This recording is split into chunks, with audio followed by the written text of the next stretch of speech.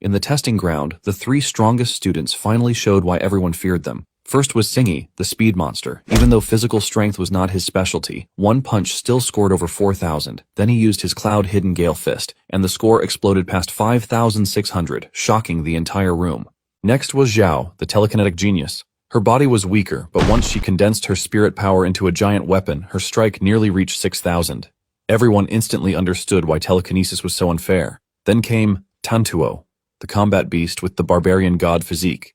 His normal punch almost matched Singhei's martial arts score. But when he used his A-rank Bone Nether Flame Fist, the machine showed over 7,500. At that moment, everyone believed first place already belonged to him. But then Su Hong was called, the same Su Hong who ranked last during the entrance test. The students laughed, thinking he was about to embarrass himself. But the moment his fist landed, a violent wind swept through the hall, and the machine displayed over 6,500 from raw strength alone. The laughter died instantly. Then Su Hong used the same Bone Nether Flame Fist Tantuo had just shown. One punch shook the whole testing ground, covered the room in dust, and pushed his score past 9,000. Even worse, his vital blood was only 137. In other words, his level was trash, but his combat power was monstrous. And just when everyone thought the test was over, Grandmaster Qin made it even crazier. He ordered Singe, Zhao, and Tantuo to attack Su Hong together. The three geniuses thought it was insulting. They believed Su Hong would be crippled if they went too hard, but Su Hong accepted without hesitation. The fight began, and Singe tried to use his speed to blindside him. Zhao used telekinesis to freeze him. Tantuo charged in with his flame fist. For a moment, it looked like Su Hong was trapped. Then he smiled. With pure strength, he shattered Zhao's control, grabbed Tantuo's fist, caught Singhei's foot, and used the two geniuses like cleaning rags, smashing them into the ground again and again. By the time he stopped, Zhao surrendered without even fighting back. So how did this guy become so strong? Let's go back a bit. He used to train with his friend in a dojo, and his friend notices that there is something different about his skill. This is when Su Hong reveals that he broke through to the Minute of Subtlety 2 days ago. When talking about the Minute of Subtlety, it is one of the martial mastery levels of this world, and the martial techniques are divided into 5 levels. The first is the beginner, the second is the Minute Subtlety, the third is the mastery, the fourth is the greater mastery, and the last one is the perfection. Su Hong's friend is blown away by this, and he tells Su Hong that he is basically untouchable among his peers when it comes to Vajra Fist. When Su Hong's friend realizes that the dude is not getting tired from all the training they have done, he decides to back out, telling Su Hong that he needs to go home because he is not a beast like him. On his way out, he runs into their teacher Li, who is there to look for Su Hong. Li tells Su Hong about the martial examination and the need to pay 30,000 yuan to register, with the deadline being next Monday. Su Hong nervously asks the teacher if he can't give him a few more days, and the man admits that he knows all about Su Hong's suffering. He's aware that his family is in a tight spot, but there is nothing he can do to help, since rules are rules. After the teacher is gone, Su Hong continues training, and soon afterward, he is the only one left in the room. He is left thinking about his life so far. He remembers how his parents died when he was just 3 years old, and this is thanks to a ferocious beast disaster. Since then, Su Hong has been living with his aunt and uncle. Apparently, after they discovered his martial talent, they decided to support his training with everything they had, since this era gives martial practitioners enough money to live the best life. Su Hong is heartbroken that he is doing everything to become good at martial arts, but he only keeps making things worse. Later that night, Su Hong arrives at the door of the house to hear his uncle and aunt talking about how hard things are. Apparently the rent is almost due, but they are ready to delay the rent just so they can pay Su Hong's registration fee. They believe that Su Hong is such a magnificent talent that they can't hold back.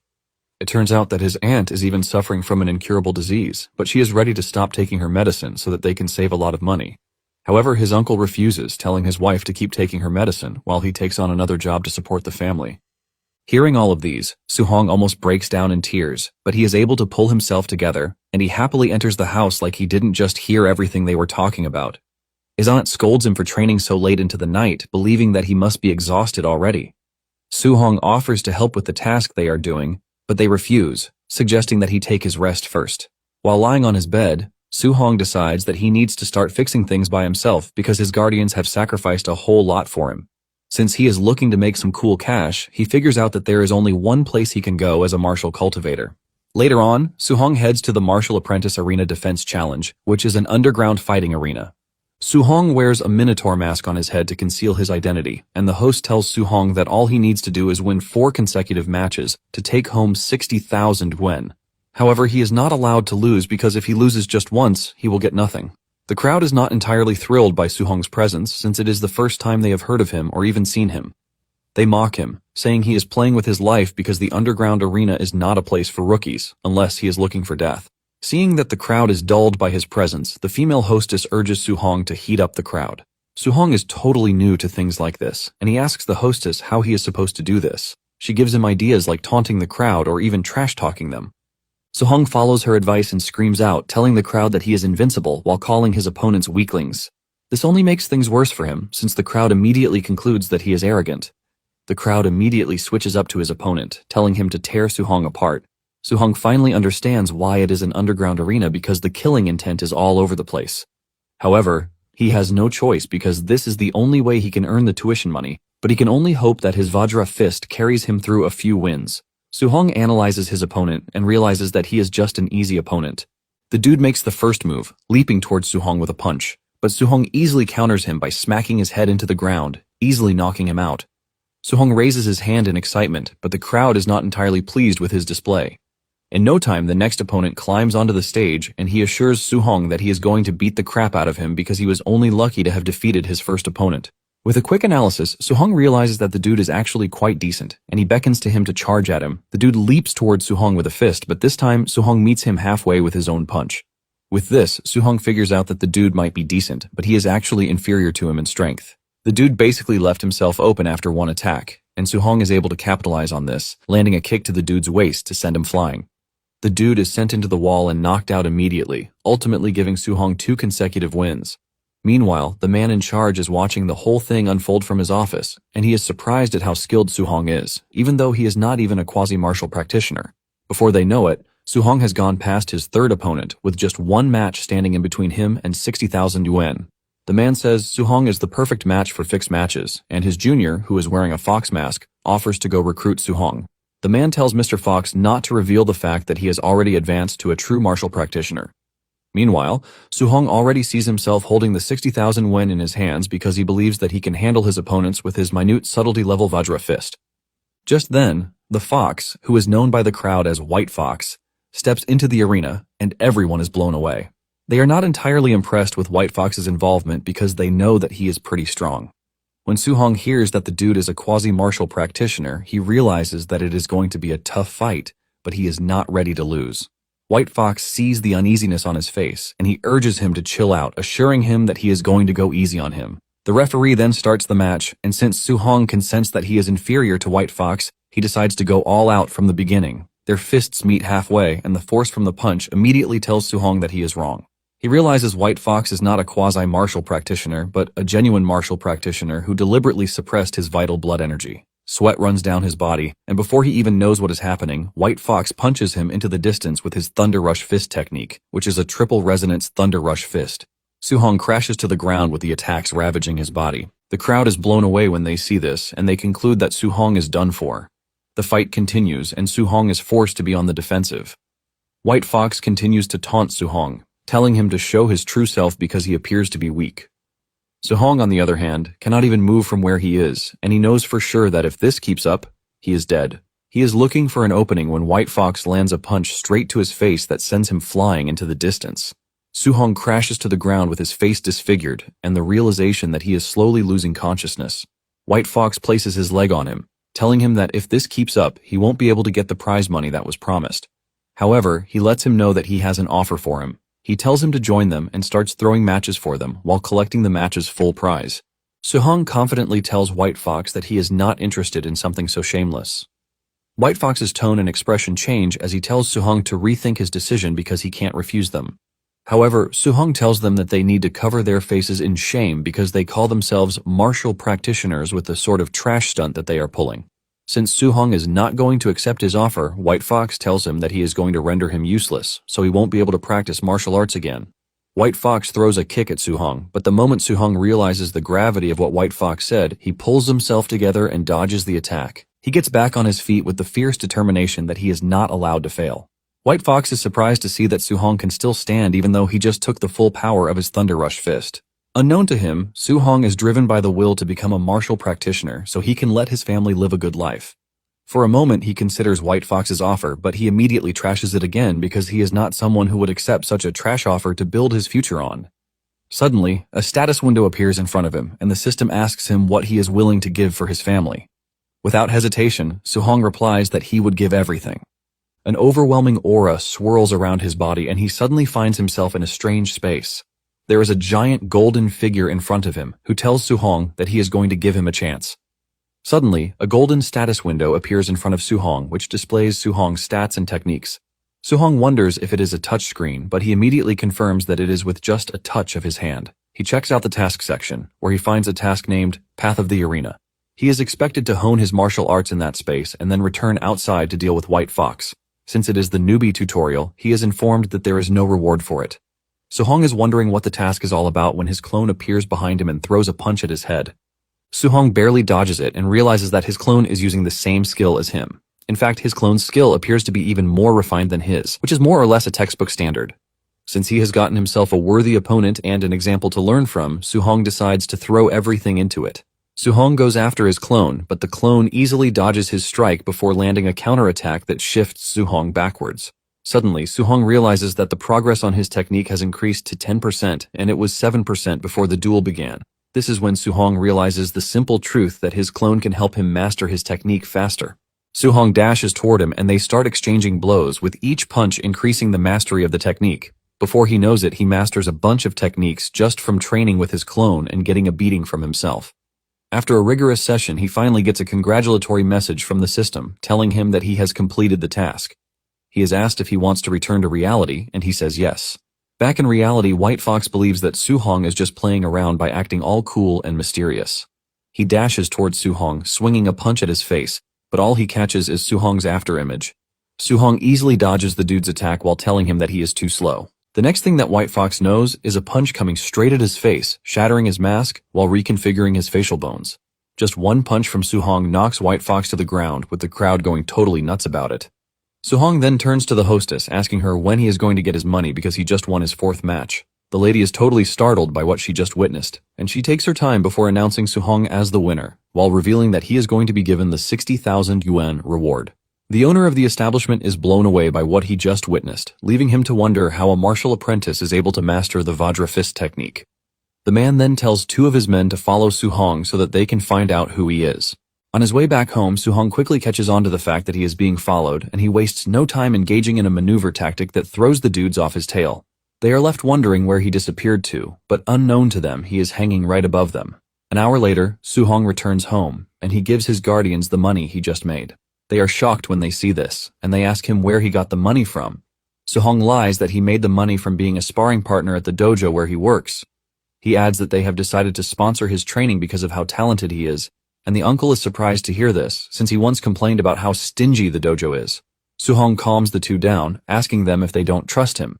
The 2 immediately come to their senses, agreeing that their nephew would never lie to them. Later that night, Suhong heads to the roof to think about how good the day went. He has been able to sort out the martial examination registration and even figure out his rent. In fact, his aunt's medical bills have been covered to some extent. Suhong is glad that he was able to turn danger into safety thanks to the system, but he realizes that aside from the technique levels, the other values didn't change. He notices that there is something called martial Dao value, but he doesn't know what it does. The system tells him that defeating an opponent that is above his level would give him 67 martial Dao value points, and this can be used to increase vital blood and martial techniques, so he should use it wisely. Suhong decides to try it out immediately, and he increases his vital blood, which immediately reflects on his body. His vital blood jumps to the 90 mark, and he realizes that he has reached the quasi-martial practitioner level. He decides to add all the points he has to vital blood, and he immediately notices an increase in his physical strength, while most of his injuries have fully recovered too.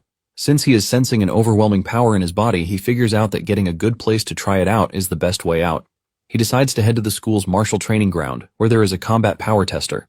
Moments later, he arrives at the Star City No. 1 high school martial training field, where the device is located. It turns out that it is a Tier 1 combat tester, and he decides to use 70% of his punch power to try it out. He takes a deep breath before punching the device, and to his dismay, he destroys it. Suhong knows he is dead if they find out that he is the one who ruined the machine. At the same time, he just concludes that the machine is bad, which is why it got damaged too easily. Suddenly, he hears someone coming in his direction, and this is because they heard the noise from the tester. It turns out to be the principal, and the old man almost loses his head when he realizes that the school's test has been smashed. He immediately concludes that this is the work of the two school geniuses, Chen Shan and Li Tu. The principal decides to teach the two a lesson when the school resumes. Later on, the students gather at the school gym, and Su-hong notices that Chen Shan is all beaten up. He asks his friend what happened, and he tells Su-hong that Chen Shan was beaten because he smashed the field tester the night before. Su-hong cannot even say anything to this because he realizes that the old man made sure to make Chen Shan take the fall. Just then, the principal shows up, and he screams at the students to keep their mouths shut, telling them that he invited one of his comrades in arms who is a Tier 3 martial practitioner. Basically, he is there to teach everyone a C-rank martial art, the Thunder Rush Fist. The students are blown away by this because this is the first time they are going to be seeing a Tier 3 martial practitioner. Apparently, outside dojos usually charge hundreds of thousands for teaching C-rank martial arts, but they are about to get it for free in the school. Su-hong, on the other hand, remembers that it is the same technique that White Fox used during their match. Su-hong admits that it is quite powerful since it is a triple resonance punch. Since the opportunity might only come once, Su-hong plans to make the best of it. The trainer then tells the students to pay attention because he is only going to demonstrate the skill 10 times from start to finish. He lets them know that how much they learn about it is up to them. Without wasting time, the trainer begins the demonstration and he throws one punch while explaining that the Thunder Rush has several levels. Basically, each punch produces one thunderous boom, and at mastery, it produces 3 resonances. At minute subtlety, it produces 5 resonances, and at greater mastery, it produces 7, which is the trainer's current level. However, he lets them know that if the technique is perfected, it can produce 9 resonances. Nonetheless, he tells them not to rush themselves because even if it is only the beginner level they reach that day, it is enough. The trainer then tells them to follow his example as he starts the second demonstration. Hours later, the students are already exhausted, and no one has even been able to get it. Surprisingly, Su-hong is no longer in the hall and his friend wonders where he has disappeared to. Moments later, Chen Shan reaches beginner level, and he remains the only person who did among the students. This further proves his status as the genius of the school. The principal excitedly tells the trainer that Chen Shan is the genius of the school, and he asks him if he is interested in giving him some guidance. However, the trainer is disappointed in what the principal is referring to as the genius in his class. He tells the man that Chen Shan is average at best. While walking to the entrance of the school, the trainer tells the principal, Li, that his students are trash, and he basically just made him waste a good trip. Li tells the trainer that he should be happy that he even found one student who reached beginner level because getting a top-tier genius is basically impossible. The trainer then tells the old man that martial cultivation is harsh, which means talent is too important. The principal agrees that relying only on effort without destiny is basically impossible. Suddenly, they spot a student practicing in the school field, and this student turns out to be Su-hong, but his back is facing them, so they don't recognize him. Right in their presence, Su-hong is able to wield the 7 resonance Thunder Rush Fist, which shocks them. The trainer asks Li about Su-hong, but he doesn't even know he has someone that talented in his school. They are further shocked when they realize that Su-hong has reached greater mastery in what the trainer just showed them some hours ago. Just then, Li notices that the trainer is standing still, as if he is trying to understand something. Li asks him what the problem is, but suddenly the trainer tells the principal that he has finally understood what he needs to do. He clenches his fist and throws a punch to activate the 8 resonances, which shocks Li. Li can't believe that the trainer just broke through right there, and the man reveals that watching Su-hong just gave him inspiration. He admits that he might never have been able to break through if not for him. However, he suggests that they ignore all boring conversations and just find out who the student is. They rush into the field, but to their surprise, Su-hong has already vanished. As he walks away from the school, Su-hong expresses his surprise at how exhausting it is to cultivate a C-rank technique. Since his Thunder Rush Fist has already reached perfection, he figures out that he has to find a way to earn martial Dao value to break through to martial practitioner as soon as he can. He wonders if he is going to gain points if he spars with someone instead of risking his life in a life-or-death situation. Later on, Su-hong arrives at the Thunder Dojo, where he works part-time. Upon entering the dojo, his friend asks him why he is there that day, and Su-hong replies that he is just there to get some practice. Meanwhile, a purple-headed student is busy arguing with another student. Su-hong asks his friend what the issue is, and he reveals that the new instructor is the purple-head's teacher. Basically, the instructor is pretty strong, but he looks down on commoners as if they are not humans. The purple-head is Lian, and he is also pretty strong. Lian is about to beat up the student he is arguing with when Su-hong grabs his arm, telling him to chill out. Lian is pissed that a regular dude just grabbed him, and he demands to know who he is. In fact, he tells Su-hong to fight him one-on-one in the arena if he thinks he is a big shot. Su-hong doesn't hesitate before accepting the request, but the instructor enters at the right time to ruin everything. He tells them to get ready for class, and Leon taunts Su-hong, telling him that he literally got lucky. The instructor then reveals that it is his last day teaching the students the furious sea spear art, which he is only going to demonstrate once, just like he's always done. Deep down, the instructor doesn't expect any of them to learn it since he believes that they are all trash. The instructor does as he promised, and he demonstrates the move just once, but Su-hong is able to lock everything into his memory. The instructor walks away, telling the students that the rest is up to them, but they scream at him, telling him that he only demonstrated it once. While they are all arguing and protesting, Su-hong proceeds to try out what he just crammed into his brain. To everyone's surprise, Su-hong gets it really well, leaving his peers in shock. The students start believing that they are really stupid, which is why they can't learn it. Just then, Leon enters the room again because he can hear the students' excitement from the other room. He is surprised to see that Su-hong has actually learned the technique, and he decides that he has to test the dude's depth if he is really a genius. Leon calls Su-hong's attention, telling him that he would like to give him some pointers on the spear art. Su-hong agrees to this, and this gets Su-hong's friend really worried. He tells Su-hong that even though Leon is arrogant, he is actually strong. Su-hong then tells his friend not to worry about him, and Su-hong points his spear at Leon, taunting him. Leon is pissed at how arrogant Su-hong is, and he dashes at him with his technique, but Su-hong meets him halfway with a pretty good technique too.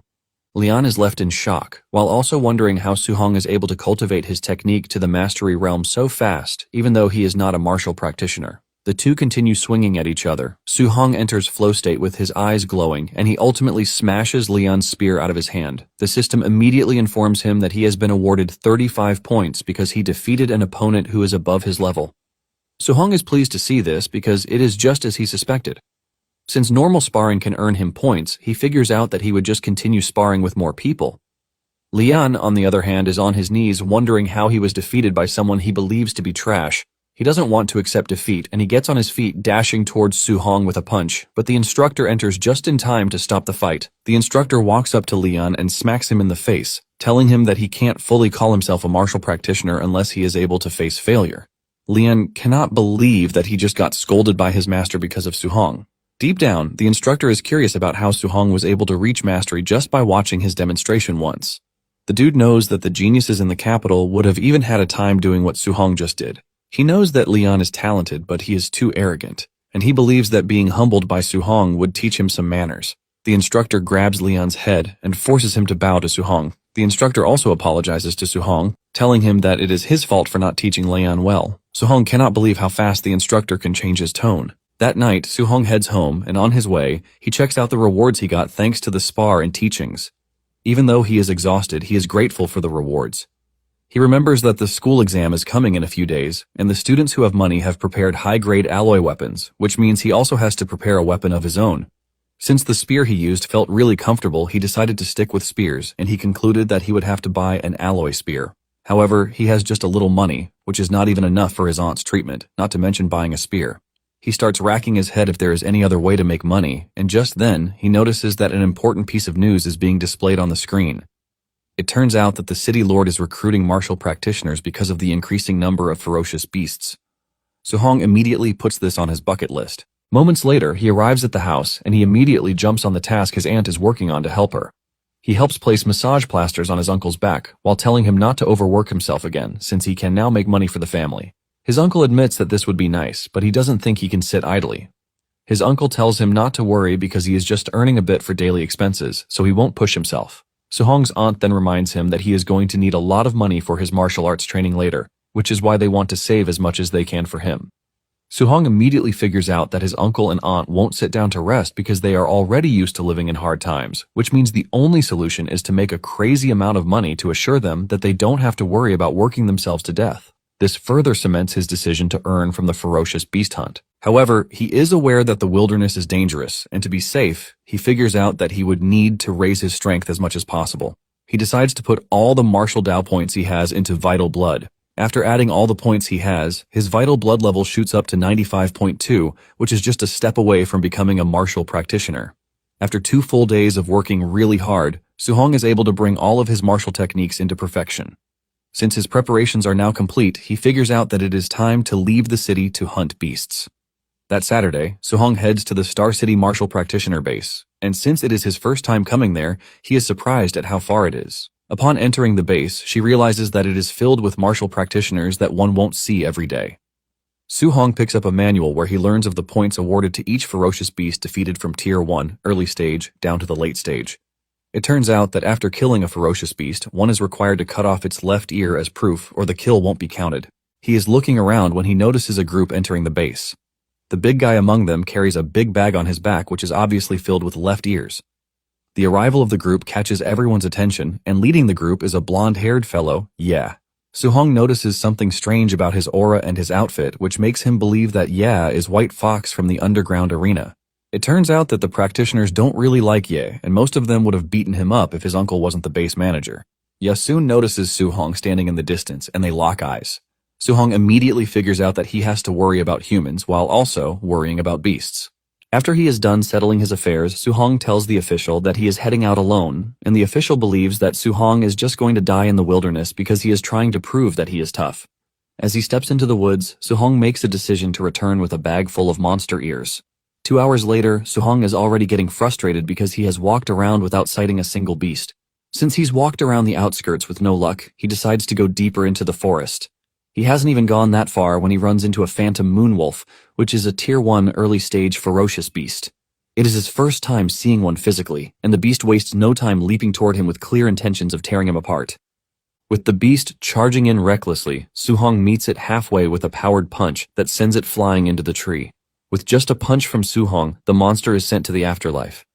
Even though he is trembling, Su-hong cannot help but admit that it was a thrilling experience more than he imagined. He realizes that with his current strength, he can kill a Tier 1 early stage ferocious beast in one move, which leaves him wondering how he would fare against a Tier 1 mid-stage. Meanwhile, he is being stalked by another monster that is watching from deep into the woods. Suddenly, the monster makes its move, and it turns out to be a furious black bear, which is a Tier 1 mid-stage ferocious beast. It leaps towards Su-hong, aiming to catch him off guard, but Su-hong takes it down relatively easily too. With this, Su-hong concludes that he is not in any sort of danger as long as he doesn't run into Tier 2 ferocious beasts. Su-hong cuts off the bear's ear, and he smiles because he has just secured 3,000 bounty. Just then, the system tells him that he now has enough martial Dao points to break through to a martial practitioner. Suddenly, he feels an overwhelming presence in the distance, which catches his attention. This leaves Su-hong wondering what type of beast could emit such a terrifying presence. He decides to go check it out, and he dashes toward where the aura was coming from. By the time he gets there, he finds a group of martial practitioners getting torn apart by a scary black jade giant python, which is a Tier 1 late-stage ferocious beast. One of the martial practitioners tries to block the serpent with his shield, but he gets smacked into a rock, ultimately relieving him of his life debt. Before he knows it, he realizes that the snake has locked onto him. The snake rushes at him, forcing him to frantically leap backward. However, the snake is so fast that it is able to close the distance in no time, landing a hit that causes Su-hong to cough up blood. Su-hong cleans the blood in his mouth and he grabs the spear of one of the dead practitioners, telling the dead fellow that he would like to borrow his spear. Su-hong then stands fearless in front of the snake, but this only makes the snake even angrier. The snake comes after Su-hong with ferocity, forcing Su-hong to run. Basically, defeating this type of monster would take a bunch of martial practitioners working together. However, all of his martial techniques have reached perfection, and he can easily kill a Tier 1 mid-stage furious black bear, so he believes that he has a chance against the python.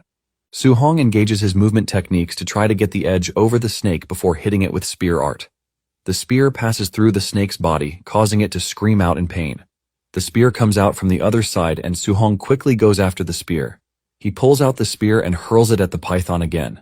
This time around, the spear pierces the snake's neck, leaving a hole in it while the python gets even angrier.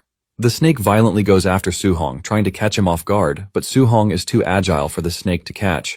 Because of the size difference between them, Su-hong knows that it is pretty difficult for him to land a killing blow in one strike.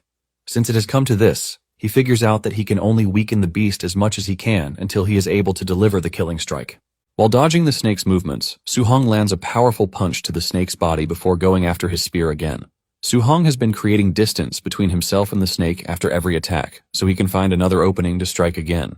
Even though the method is draining his stamina, he has no choice because it is the only safe method that he can use. While he is panting like a dog, Su-hong notices that the snake is already getting exhausted too. Su-hong is convinced that he can defeat the snake after a couple of exchanges. This motivates Su-hong, and just as he's about to start another phase of attack, he senses something strange behind him. He looks behind to see the big guy on Ye's team leaping toward him with a punch. Su-hong manages to raise his arm just in time to block the attack, but he is sent flying into the distance thanks to the heavy punch. Su-hong manages to get on his knees while coughing hard from the attack. He looks up to see Ye and his gang showing up in their numbers, and without hesitation, Ye tells Su-hong to surrender the python to him. Ye tells Su-hong that he thought he would die in the forest because he saw him leaving the city alone. However, he is surprised that he is lucky enough to have run into a wounded python. While they are busy discussing this, the python is already on the verge of death. And since Ye claimed he was just lucky to have found the python, Su-hong figures out that they just arrived. Su-hong knows that he is outnumbered, and to make it worse, they are martial practitioners. Su-hong is thinking about a way forward when the big guy lunges at him again. He screams at Su-hong, telling him to get lost, but Su-hong is overtaken with anger. He screams at the dude, telling him that he was only forced to repel his earlier attack because it was a surprise attack. He asks the dude if he seriously thinks he can't beat all of them up. Su-hong then meets the dude halfway with a powerful punch, and before he can even react, he gets punched in the head. The dude is knocked to the ground, ultimately taking him out of the picture. Seeing Su-hong's skill, Ye immediately confirms that he is the Minotaur dude from the underground arena. Ye tells Su-hong that he is literally the first person to ever humiliate him badly in front of many people. Ye then orders his lackeys to kill Su-hong. Seeing that he is about to be jumped, Su-hong grabs the spear and leaps into the forest. The dudes chase after him, but thanks to the dense forest, Su-hong is able to stay hidden. However, the gang is not afraid of Su-hong since he is just one person. Suddenly, Su-hong appears out of nowhere, and before the dude with a face mask even knows what is happening, he gets smacked really hard into the ground. Su-hong vanishes immediately, and Ye realizes that our guy is pretty fast. At this point, Ye's lackeys have started getting worried because the skill Su-hong just used is not to be joked with. However, Ye screams at them, telling them to keep their mouths shut. Meanwhile, Su-hong is hiding in a tree, and he knows that he would have been able to take on all of them head-on if the snake hadn't drained his stamina. Since this is the case, he is left with the only safe option, which is to pick them off one by one. Su-hong leaps off the tree, and he throws his spear beside them to catch their attention.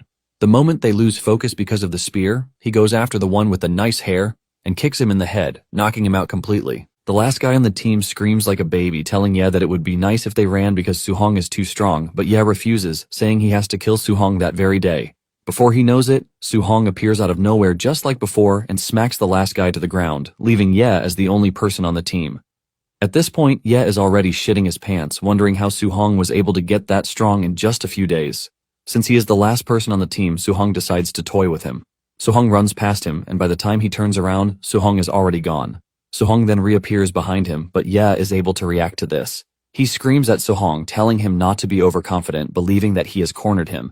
Ye fires off an energy blast from his finger that Su-hong barely dodges. The blast misses Su-hong's head, and it destroys the tree behind him. To keep Su-hong away, Ye continues firing off energy blasts from his finger, which is thanks to a skill called Void-Breaking Finger. Su-hong is forced to keep changing locations, and realizing how strong Ye's technique is, he wonders if it is a B-rank skill. Ye then starts to yap, telling Su-hong to show himself, but he doesn't stop there. He proceeds to threaten Su-hong's family, saying he is going to have them killed when he returns to the city. This turns out to be his biggest mistake, as Su-hong immediately goes into frenzy mode. He ignores the essence of fear, and he dashes toward Ye's position. Ye is still boasting about his connections when a bloodthirsty Su-hong appears behind him with a powerful punch. He tells Ye that he actually preferred his arrogant self before punching him so hard in the head. Ye's head almost twists from his body as he is sent flying into the distance before crashing into a wall. Su-hong looks like a demon straight from hell as he walks toward Ye, telling him that he should have left his family out of it. With blood pouring out of his body like water, Ye asks Su-hong how he got this strong, which is supposed to be impossible. He is still asking stupid questions when the black python appears behind him and smacks him into the ground with its giant tail. The snake then turns its attention to Su-hong, and it looks angrier than before as it screams at Su-hong.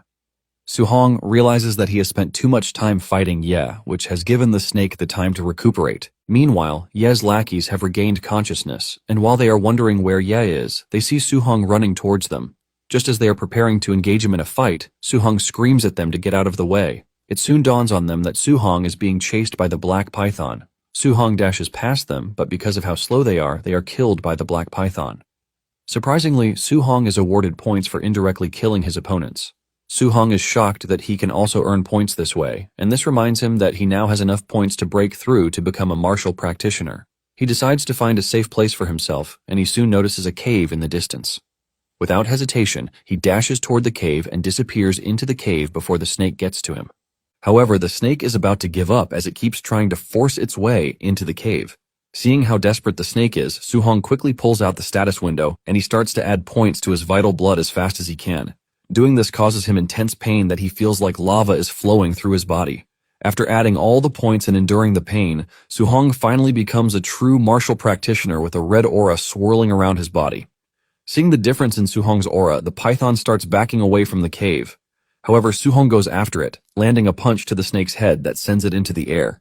The snake bleeds out profusely, but Su-hong is not yet done with it. Su-hong leaps toward the snake and delivers a powerful punch to its body before pushing its spear into its body. By exerting great force into the spear, Su-hong is able to pin the snake to the ground. This gives Su-hong the chance to cook up the Thunder Rush Fist, which he delivers to the snake's head without mercy. The overwhelming strength of Su-hong's punch is enough to crush the snake's head, which grants him 92 Dao points. Su-hong is extremely proud of himself because he was able to withstand the snake's attacks. When it is time to cut a proof for the snake's kill, he is left confused on what to do, since snakes have no ears. Nonetheless, he figures out that returning to the base is the most important thing. As he is about to leave, he finds Ye's crushed body on the ground. Su-hong lets him know that he should be thankful that he died the way he did because he obviously had other plans for him. Su-hong then decides to search him, hoping to find the high-grade technique that he was using. Fortunately for him, he found the book on the void-breaking finger. That night, Su-hong locks himself in the cave to memorize and master the new technique that he has just found. Once he is ready, he pulls out his clone and the two engage in a fierce battle in which he is trying to master the void-breaking finger. After so much stress, he finally breaks through to the beginner level of the technique. By the time he returns to reality, he realizes that he is already bleeding in the nose, which shows just how powerful the technique is. Su-hong decides to find a monster to test out the power on. 3 days later, Su-hong is still busy hunting down monsters with the new technique. He confidently fires off an energy blast into a brown bear, charging toward him, and this easily destroys the bear.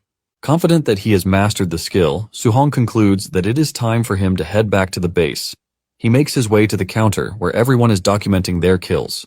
He drops his bag, and the attendant checks it out. She starts calling out the monsters that were defeated by Su-hong, shocking the other practitioners standing around.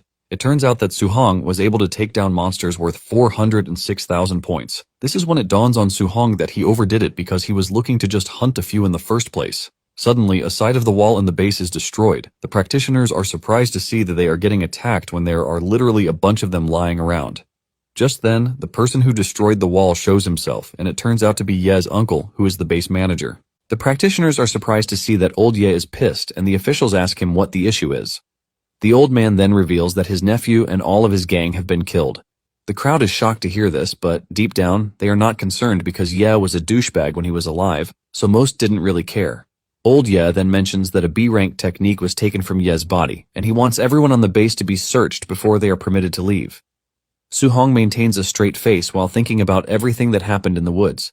He is confident that the corpses can't be traced back to him, since the python was the monster that killed Ye and his team. Su-hong is thinking about this when old Ye suddenly locks eyes with him, shocking him. Old Ye then turns to Su-hong and tells him that he is aware of his latest feat of taking down beasts as if they are nothing, which gained him over 400,000 points. One of old Ye's assistants tells him that she checked Su-hong's stats and it was barely fit to be a tier 1 early stage, so there is no way he killed that many beasts. The lady believes that Su-hong only picked up Ye's backpack, and she suggests that they search Su-hong. 2 bodyguards walk towards Su-hong with an intimidating aura while telling Su-hong to cooperate.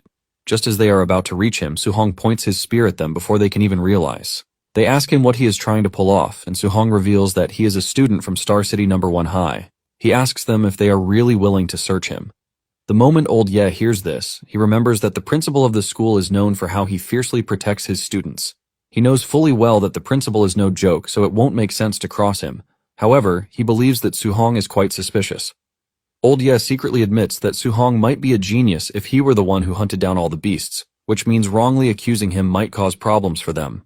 Old Ye then moves over to Su-hong, telling him how Ye and his team were ambushed.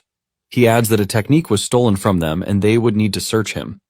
Su-hong then decides to add a clause to the whole thing. He tells old Ye that he would like them to pay him 30,000 yuan just in case they don't find anything on him. Su-hong is confident that none of what happened can be traced back to him. Old Ye agrees to the deal and he tells his men to thoroughly search Su-hong. After they are done searching him, they find nothing, and Ye tells them to give Su-hong the 30,000 yuan that he owes. Su-hong is glad that everything is going pretty well. and it is thanks to the fact that he burned the book before he even left the forest. After he has been searched, Suhong prepares to leave, and he has his next plans mapped out already. Suhong then heads to the inn of the martial practitioner base. Once he's settled in, he decides to use his points. He is shocked to see that he has that large a number of points in stock. However, he is left confused about what to choose. He realizes that the mortal body and spirit haven't received any upgrades since the start. Since he is curious, he decides to try it out, and he dumps his points into the spirit and mortal body. After filling the mortal body with enough points, he decides to push the rest into the spirit. This is enough to cause severe changes in his body that Suhong can even feel. The spirit skill is about to transform him into a muscular man, but Suhong is able to dial it down. He is thankful that he got it under control because there is no way he would have been able to explain it to anyone. 1 hour after this, Suhong heads to the Star City Martial Practitioner Association. He meets with the attendant at the reception, telling her that he is there for the Martial Practitioner assessment. The lady attends to him calmly, telling him that a staff member will soon show him the way. Just as said, a staff member shows up to lead him to the section where he is going to take the test. As he walked past the other practitioners, they were all surprised that a kid like him was coming to take the test. The staff informs Suhong that a Tier 1 martial practitioner needs 100 vital blood and over 1,000 combat power to pass the exam. The practitioners who see him believe that he is just there to give the whole thing a trial. Upon arriving at the testing center, Suhong watches as some fellas fail the test. However, one candidate, Li Ming, passes right in front of him with a combat power of 1,000 points. It turns out that he is Jiang Ming's student, and Ming is Leon's instructor too. Ming is surprised to learn about this, wondering just how many disciples he has. The dude then arrogantly tells Suhong that he is up for his test. Li Ming believes that Suhong is going to embarrass himself because he believes he has a chance. Suddenly, his arrogant behavior is watered down when he learns that Suhong passed the vital blood test with 123 points. However, he tries to calm himself with the fact that Suhong hasn't taken the combat power test yet, and this is the main deal. Suhong is led to the power testing machine, and he remembers how he broke the machine at school. He realizes that he has gotten stronger, so he is going to use 4/10 of his power. Suddenly, it dawns on him that this might backfire because if he goes too light and fails to get the required number, it would be bad. He then decides to go with 5/10 of his power to avoid errors. Suhong punches the field tester so hard that it gets disconnected from where it was bolted to. The tester is sent crashing into the wall, shocking those who witnessed the test. Li Ming, who was arrogant some minutes ago, couldn't even comprehend what just happened in front of him. The tester's capacity is 3,000 combat power, but Suhong basically went past that, and the other practitioners conclude that Suhong is a freaking monster. Meanwhile, the president of the Star City Martial Association, Wu Lingxian, is seen in her office complaining about the lack of geniuses. She is worried that her position as president would be threatened if she can't provide one very soon. Suddenly, one of the officials came rushing into the room, telling her that a monster had just appeared at the martial practitioner assessment. Wu's head immediately goes into overdrive when she hears, because it is just what she wanted. Later on, Suhong is in the hall taking instructions from one of the staff. He tells him that he is going to get a practitioner identity, while also receiving an allowance. Suddenly, Wu shows up at the top of the stairs, telling her subordinate to hand Suhong over to her. The dude is shocked that the president shows up just because of Suhong. Wu introduces herself and tells Suhong to follow her. Suhong acknowledges the order, but he is impressed at how young the lady is, and she is already a force to be reckoned with. Upon arriving at the president's office, Wu talks about how Li told her that he had no geniuses in his school, but it turns out to be a lie. Suhong then asks the lady why she brought him to her office because he only came to register as a martial art practitioner so he can collect his allowance while getting a guiding technique. Wu urges Suhong to relax because she has already told the staff to handle the martial practitioner certificate and his monthly allowance. And for the guiding technique, she tells Suhong that she is going to teach him personally. She asks him how much he knows about guiding techniques, and Suhong explains what he learned in the books. Wu lets him know that what the textbook said is not entirely wrong, but she reveals that the guiding techniques are far more than just cultivation methods. She uses her heavenly flame guiding technique as an example, saying it absorbs fire attribute spiritual energy. Although it strengthens the body, it also imbues her attacks with flame attribute destructive power. She tells him that if he can externalize the said attribute, he can extend his attack range. However, for a Tier 1 martial practitioner like him, she tells him that carrying a trace of it is already impressive, so he doesn't have to break his back wrapping his fist in the attribute as she just demonstrated. Suhong is shocked when he realizes that guiding techniques can be used for attack because he had only thought they were for absorbing spiritual energy to cultivate. He is surprised that the textbook he read never mentioned something like this. Wu continues by saying there are 7 spiritual energies of heaven and earth. There is metal, wood, water, fire, earth, thunder, and wind. She says they all have their strengths and weaknesses. But when it comes to raw attack power, thunder ranks first, metal comes in second, and fire is third. She then tells him that the guiding technique that he is able to cultivate depends on his affinity. Suhong gets the hang of it a little and realizes that one can actually choose whichever guiding technique they want to practice. Wu places a big ball on the table, telling him that it is a crystal ball, which is used for testing affinity. She mentions that the larger the glowing area, the higher the affinity. Apparently, ordinary martial practitioners usually get nothing above 30%. However, Wu has about 80%, which is considered to be really high, although she believes that a genius like Suhong will be able to exceed 90%. Suhong takes the ball, and he knows that it would be something out of the ordinary if he gets 90% compared to the talented Wu. Just then, the ball starts to glow, and to Wu's surprise, it is entirely full, which shows that Suhong has 100% affinity for the fire attribute. Wu grabs him, asking him if he knows what this means, and Suhong says no. She tells him that this means he can absorb fire attribute spiritual energy from heaven and earth with 100% efficiency, with no leakage whatsoever. Wu reveals that with her 80% affinity, it means she is losing 20% when absorbing fire spiritual energy. Even with this, she is already a Tier 5 martial practitioner, which also gave her the chance to become the president of the Star City branch. However, she lets him know that his achievements will definitely surpass his own. Wu confesses that she never expected a rural place like Star City to produce such a genius as Suhong. While Wu is celebrating this, Suhong is busy thinking about getting the thunder attribute because he prefers this. He then tries it out, and the ball glows completely to the max point, just like the fire attribute. Wu sees this and stands there speechless like a statue, refusing to believe what is happening in front of her. Wu is basically suffering a brain freeze because Suhong has 100% affinity for two attributes. Wu hasn't finished recovering from this when Suhong tells her that the wind attribute is also 100%. Minutes later, Wu finds it hard to move from where she is because she is totally overwhelmed by what she just witnessed. Basically, Suhong has an affinity for all of the attributes, and to make it worse, they are all 100%. She has always thought of herself as a strong martial artist, but now that she is standing before an anomaly, she realizes that she is just an ordinary fellow. A flashback scene shows Wu taking on a giant monster that was ravaging the city, and it then dawns on her that to defeat such an overwhelming existence, someone with an equally scary power is needed. Wu is completely lost in thought before Suhong mentions that it would be a waste for him to cultivate only the thunder attribute while leaving the others. Suhong then asks Wu to give him some advice concerning the guiding techniques. Wu then tells him that one has a limited energy, so it is better that he focuses on one or two at most. Apparently, there was someone in the past who tried to cultivate all 7 guiding techniques at once, but after decades, the fellow was still stuck at a Tier 1 martial practitioner. Suhong then tells the president that he can't make up his mind at that moment, which is why he wants to try all of them first, so he can know which one to focus on. Wu agrees to this, but urges him not to mess around and eventually waste his talent. Just then, Wu mentions the school exam that is coming up. Suhong asks her why she is talking about the school exam, and she explains that recently, the friction on the myriad races battlefield has been intensifying. She mentions that war between the myriad races and humanity could break out at any moment. Thanks to this, every nation is pouring massive resources into forming genius training camps, and she has one that she wants to recommend for him. However, he has to take first place in his school's monthly exam so she can secure a recommendation slot. Suhong is overwhelmed by the information, and he remembers that a myriad race war was what took his parents' lives. Remembering this, Suhong assures the president that he is going to try his best because he is not about to allow the tragedy of the past to repeat itself, so he has to become stronger to protect everyone around him. Later that night, Suhong arrives home to tell his parents about the development of things.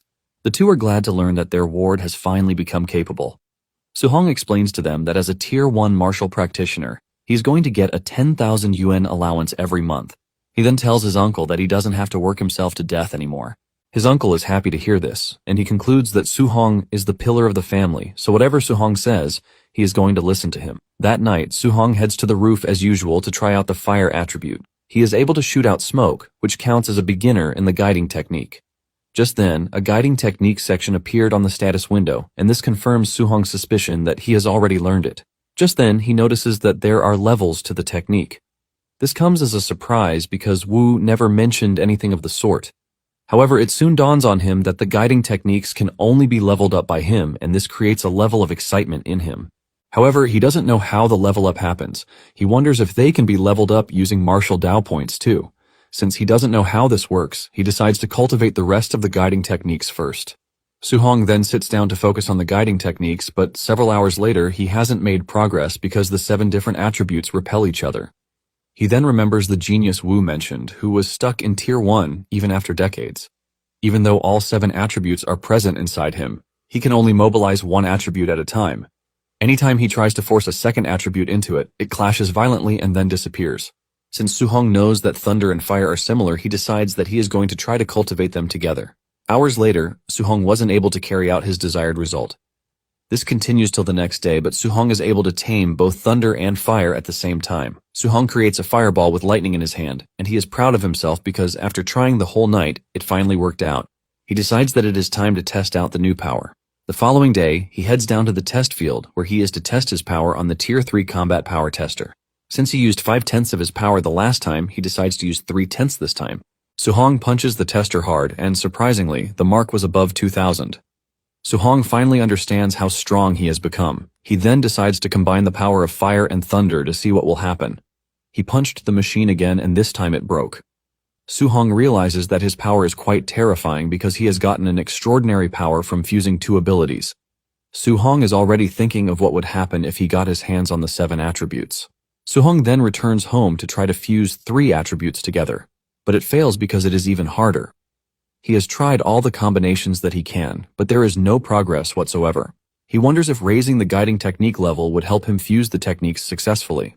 Since the monthly exam is the next day, Su-hong figures out that it would be best if he earns enough martial points before the next day. The next day at the school, Lee addresses the students, telling them that with the front lines growing really tense, there will be an annual training camp every year to select and intensively train geniuses. He mentions that the training camps offer abundant resources like pills and even grandmasters who will serve as their instructors. He then reveals that it is the top 3 students in the monthly exam who will qualify to join the Star City training camp. The students are hyped when they hear this, but Su-hong on the other hand is more concerned about the Tier 7 grandmaster. Just then, Su-hong's friend tells him that Li Tu and Chen Shan are both martial practitioners now. Su-hong can't believe that he was away for 10 days, but the two have broken through to martial practitioner. Su-hong reveals that the principal had the instructor, Chen, come in to give the 2 additional lessons for the past couple of days. Su-hong's friend tells him the impressive things Tu and Chen have done. Thanks to this, the 2 can now compete to see who is the best. Meanwhile, the principal and Chen are still trying to find the student from before, but since they can't, they have started assuming that he is not from their school. Just then, Jiang Ming shows up at the school with Lian and Li Ming. He teases the principal, telling him that the quality of students that year doesn't look too good. The old man asks Jiang what he wants, and he reveals that he brought his 2 disciples to spar with the students, so that they can be taught the proper way of things. The principal quickly figures out that Jiang is trying to humiliate him. However, if he refuses the offer, it would mean that he is admitting that his entire school has no real talent. The principal is thinking of what to do when Lian notices Su-hong among the students in the distance. Lian quickly calls Jiang's attention to this by whispering in his ear. Jiang also turns in Su-hong's direction, and the moment he confirms that he is the one, he freaks out because he never expected him to be from the number 1 high. Jiang immediately figures out that it would be better if he withdraws because none of his disciples would be able to take on Su-hong. Jiang teases the principal, telling him that he was only joking while telling him that his dumb disciples can't compare to the quality students that he has in the school. Chen and Li almost explode from anger when they hear this because they believe that Su-hong is mocking them sarcastically, but little do they know that Su-hong has seen something that is beyond his power. Soon afterward, the exam begins and Su-hong is facing a dude named Peng. Everyone believes that Su-hong is doomed because his first opponent is a quasi-martial practitioner. Su-hong's opponent even teases him, asking him if he is prepared to step down, but before he even finishes his statement, Su-hong smacks him to the ground as if he is nothing. The crowd is left in shock when they see this because Su-hong basically one-shotted a quasi-martial practitioner. They believe that it is a fluke until Su-hong continues defeating all of his opponents pretty easily. Before they know it, he has reached the finals, leaving the adults wondering where he came from in the first place. Li blames himself for not noticing such an incredible talent all this time. The instructor then mentions that he must have seen Su-hong somewhere before because he looks really familiar. Meanwhile, Chen Shan and Li Tu are still fighting each other to know who is going to get to the finals. Because of how equal they are in strength, it is hard to say it is a particular person who will win. While they are busy fighting, they are still taunting each other about who is the strongest and who is the second strongest in the school. Just then, Chen externalizes his attribute to wrap fire around his fists, shocking those who are watching. They are blown away because fire is only second to thunder when it comes to destructive power. Tu then shocks everyone by externalizing his own attribute, which is metal, and it is more powerful than fire when it comes to destructive capabilities. Tu goes after Chen, delivering fast-paced attacks that shock everyone. Chen feels the heat of the attack, and the teachers realize that Tu has been hiding his true depth from the beginning, which is why he is able to defeat Chen. The instructor commends Tu, saying he was able to master the attribute externalization in just 10 days, while also making it to minute subtlety. The old man then concludes that there is no need to watch the finals because with minute subtlety, Su-hong has no chance against Tu.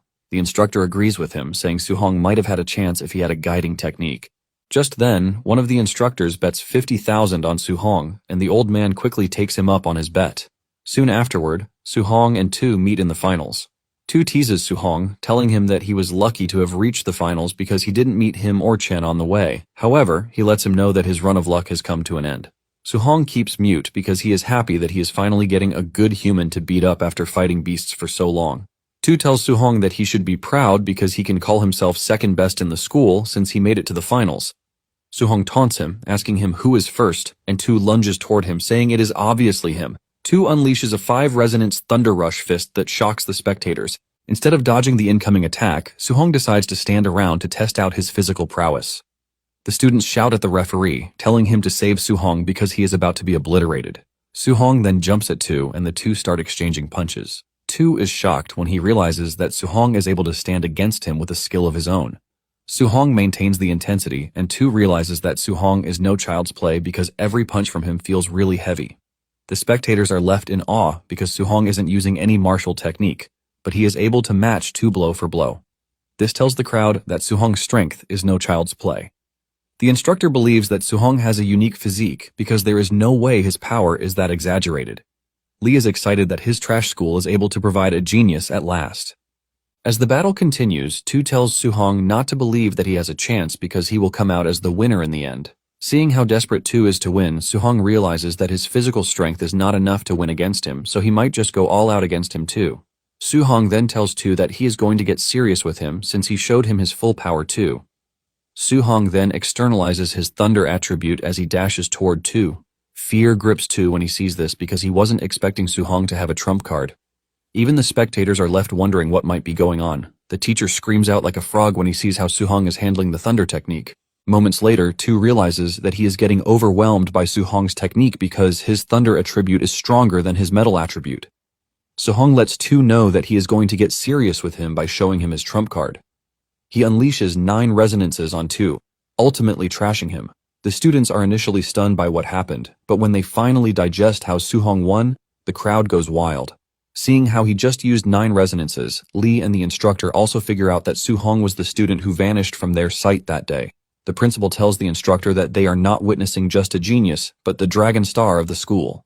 The instructor chuckles nervously, saying the privileged geniuses at the training camp are about to be hit with a brutal shock. He compares Su-hong to a dragon that is meant to soar, not to sink in a pond. The principal agrees with him, saying Su-hong is meant to shine on the international level, not a rural place like Star City. That night, Su-hong returns home with a smile on his face, and when his guardians ask him who took first in the school, he proudly reveals that he is the one. His uncle asks him if this means that he is going to the training camp, and he says yes. Just then, they hear a knock on the door, and when they go to the door to investigate, they meet an arrogant woman who reveals that she is Lin Nian's mother at Su-hong's school. Since the school usually sends the top 3 to the training camp, and her son took 4th, she tells Su-hong that she is interested in paying him to give up his spot for her son. She pulls out 30,000 yuan like it's some kind of big money and tells Su-hong and his guardians that this is what she is ready to pay. She expects them to jump at the money, but the cold expression on their faces shocks her, and she screams at them, telling them the competition is a brutal one where people can die. She continues by saying those who participate in the training camp are known to consume high-grade pills like candy while using high-tier techniques as if it is nothing. Su-hong's mother hears this and she fears, forcing her to ask Su-hong if it is really dangerous, just as the woman said. However, the uncle urges his wife to chill out. He then asks Su-hong if he can promise that he is going to be safe, and Su-hong assures him that he will. The woman is surprised that the man believes the child's guarantee, and the man lets her know that it is his own decision, so he has to trust him. He adds that there is no reason for him to call Su-hong his family if he doesn't trust him. Without further argument, they slam the door in her face, leaving her embarrassed. She walks away in anger while telling the family that Su-hong is going to get eliminated. After she is gone, Su-hong apologizes to his uncle, telling him that he never meant to hide the danger from him, and his uncle assures him that it is fine. He mentions that he is a rough man, but he is more educated and he understands the training camp better. Suhong's uncle tells him that since he has made up his mind to face the difficulties, he is ready to support him. Suhong's aunt smacks her husband before telling Suhong that all they care about is that he returns safely. Later that night, Suhong heads to the roof to think about his future journey. He knows that his guardians are only worried about him, which is why he can't even let them down. He concludes that he has to get stronger to protect his hard-earned peaceful life. Suhong then checks out the status window, and he realizes that he has 285 Dao points currently, but this is not enough for what he wants. Since he doesn't know what kind of monsters he is going to face at the training camp, he decides to prioritize his physical combat power. Suhong adds points to his mortal body, and after a painful ordeal, he realizes that he is still 35% away from 100%. Suddenly, he notices that Thunder and Heavenly Flame techniques have already reached level 2. Suhong remembers practicing guiding techniques for just a few days, and nothing more. He wonders if extra conditions are needed, or if it is the normal cultivation of guiding techniques that allows the attributes to level up. Since this is the case, Suhong decides that he is going to raise the bar to another level. The next day at dawn, Suhong had managed to reach level 3 on both attributes. In fact, his Vital Blood technique also increased by 3 points. When Suhong finally prepares to leave, his aunt urges him to stay safe, and even rush home if things get too dangerous. However, the uncle believes that Suhong has what it takes to be successful, and he tells Suhong to go to the training camp to be the first among all. After he is gone, Suhong's uncle finally shows just how worried he is, but was trying to act all tough. Moments later, Wu pulls up beside Suhong, telling him to get into the car. Suhong obliges and places his spear in the back of the beautiful red convertible car. Wu cuts through the highway at incredible speed, and Suhong asks her why she wants to see him. Wu then tells him that there are certain things that she has to warn him about concerning the training camp. Wu mentions that as president of the association, there is some participants' information that she has access to. She reveals that there are martial practitioners who are already on the verge of Tier 2 among the participants. She mentions that there are several monsters in the training camp, and the weakest techniques that they master are B-rank techniques. When Suhong hears this, he gets even more excited instead of scared because he can learn B-rank techniques quickly. Wu admits that Suhong is the strongest she's seen when it comes to talent, but she lets him know that he doesn't have the same level of resources as those he is going to meet in the training camp. She urges him to suppress the challenges and setbacks he faces in the training camp because he is talented enough to do this.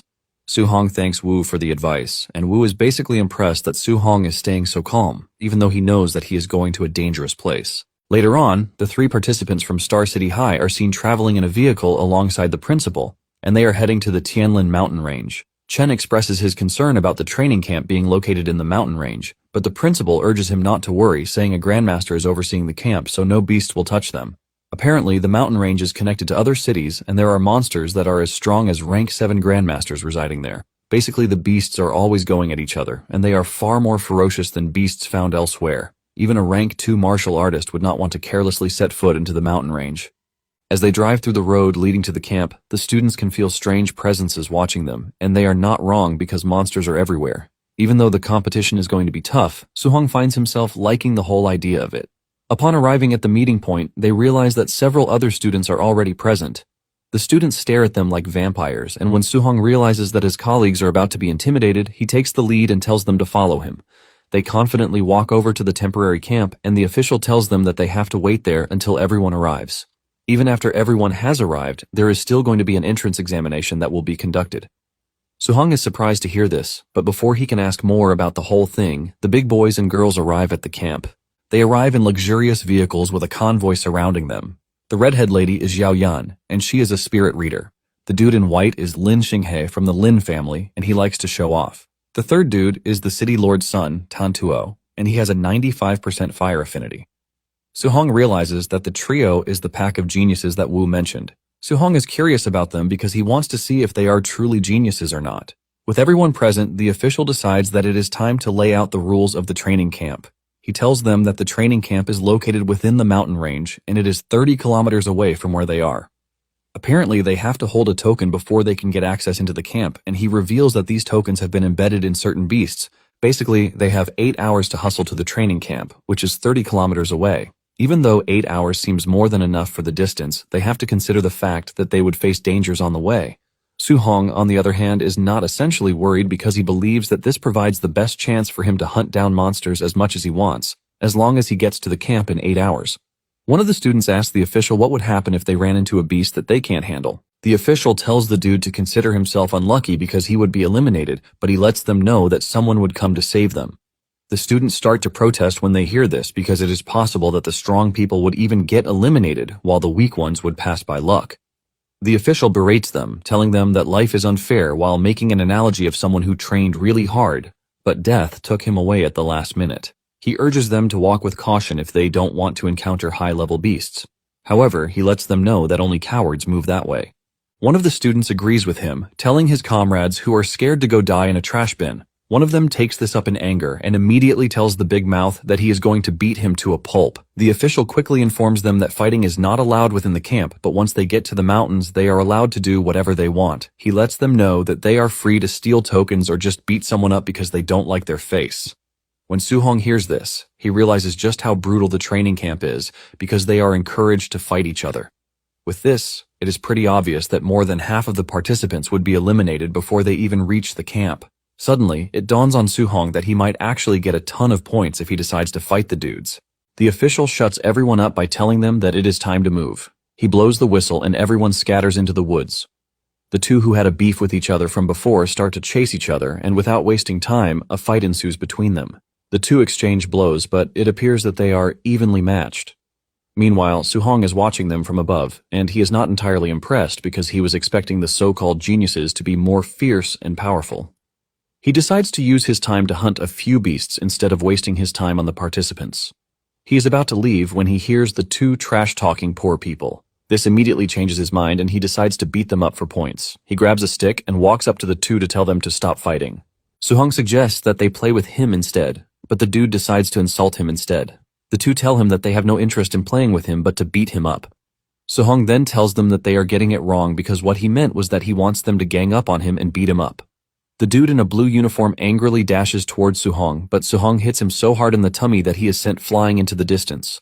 The moment the other dude sees this, he realizes that something is wrong because the dude is supposed to be evenly matched with him, but Su-hong just took him out in one single move.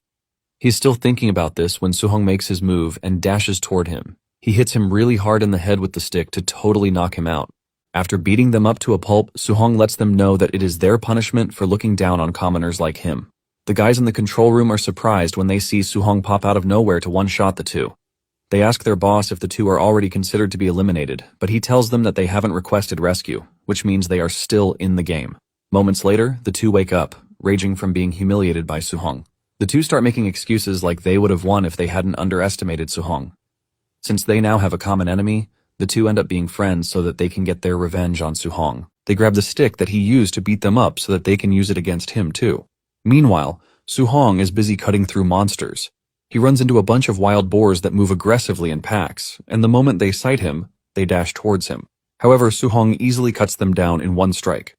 After he is done wiping them out, he notices that he used to get dozens of martial Dao points for defeating just one martial practitioner, but ever since he leveled up and got stronger, the point rewards have been getting smaller and smaller. Su-hong then remembers that he needs to get some tokens. He cuts inside the boars that he just defeated, but finds no tokens. He is surprised that all of the beasts he defeated had no tokens at all, which made him realize that the tokens are hidden inside higher-level beasts. 30 minutes later, Su-hong realizes that he can't find low-level beasts, unlike when he first entered the forest. Just then, he runs into a rank 1 phantom night tiger. Without hesitation, Su-hong slams his spear into the beast, knocking it flat to the ground before finishing it off with a powerful piercing into the head. By killing the tiger, Su-hong earns 35 points, and he realizes that a rank 1 beast is basically too easy for him at this point. However, he can only hope that the tiger has a token hidden inside it. After rummaging through the beast's insides, Su-hong finally finds a token, which confirms that the tokens are hidden inside high-level beasts. Since it took him 3 hours to run into a high-level beast, Su-hong concludes that the deeper he goes into the mountain, the higher the beast's rank. At the same time, there are a few of them. Su-hong figures out that earning low-level monsters will give him more points because there are a lot of them to hunt.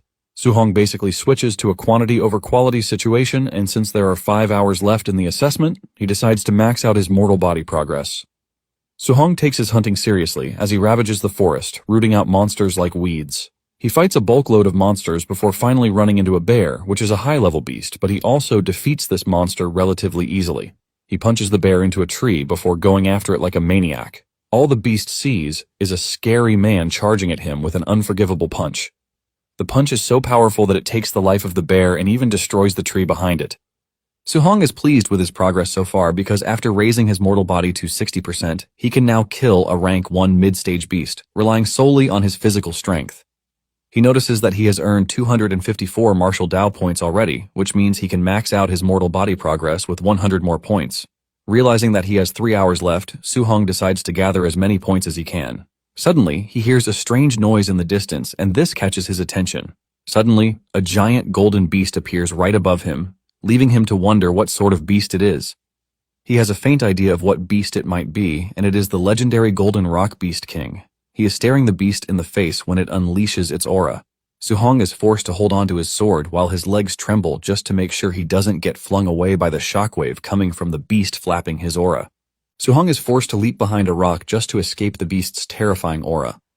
This immediately tells Su-hong that he is still really weak because in recent times he's been cocky about his strength. However, this has given him a reality check because in front of the real deal, he is nothing but an ant. Suddenly, he notices a ball of light in the distance, and this light appears to be human. This human is a rank 7 Grandmaster, and his name is Qin Tianli. Qin tells the beast that he would like to borrow his territory in the meantime so he can leave. The beast replies, telling Qin that he never said he could use his territory in the first place. Since he is acting all tough, Qin tells the beast that he is just going to have to beat him into submission. Qin dashes toward the beast and punches him so hard that he screams out in pain, but the Grandmaster tells him to shut his mouth because he is not yet done with him. Qin delivers several painful blows to the beast's body to show him who is the boss. After he has beaten the beast to his satisfaction, Qin tells the bird to make himself scarce, because he would not like to repeat his words. He tells the Beast King to vanish that instant because he is now taking over his land. The Beast King ends up running off, while threatening a rematch, but Qin tells the beast to stop yapping. Qin then uses his overwhelming aura to communicate to the applicants, introducing himself, while also revealing that he is in charge of the assessment. He assures them that they have nothing to worry about because he is going to protect them. Seeing just how powerful Qin is, Su-hong immediately raises his standard. Moments later, Qin returns to the camp, where the rest of the instructors are waiting to welcome him. They commend the Grandmaster for being so powerful that he beats up the Golden Rock Beast King, which is known for its formidable physical strength, into submission. Qin tells the group to stop flattering him and just come with him to the control room to see those who withstood the beast's aura. Upon entering the control room, they watch a playback of what happened when the beast unleashed its aura.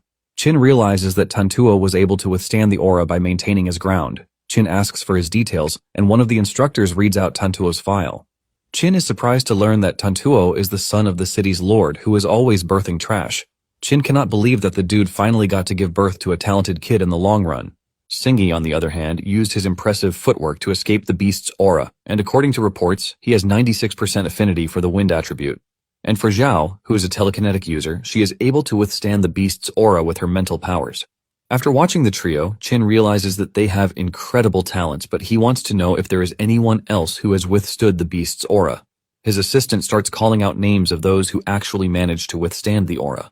After a long, boring list, the assistant tells Qin that the people she just mentioned all have Tier 1 strength, which is why they didn't lose consciousness against the beast's aura.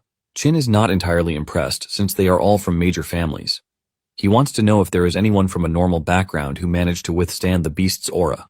His assistant tells him that the students from the regular schools are only at early stage Tier 1.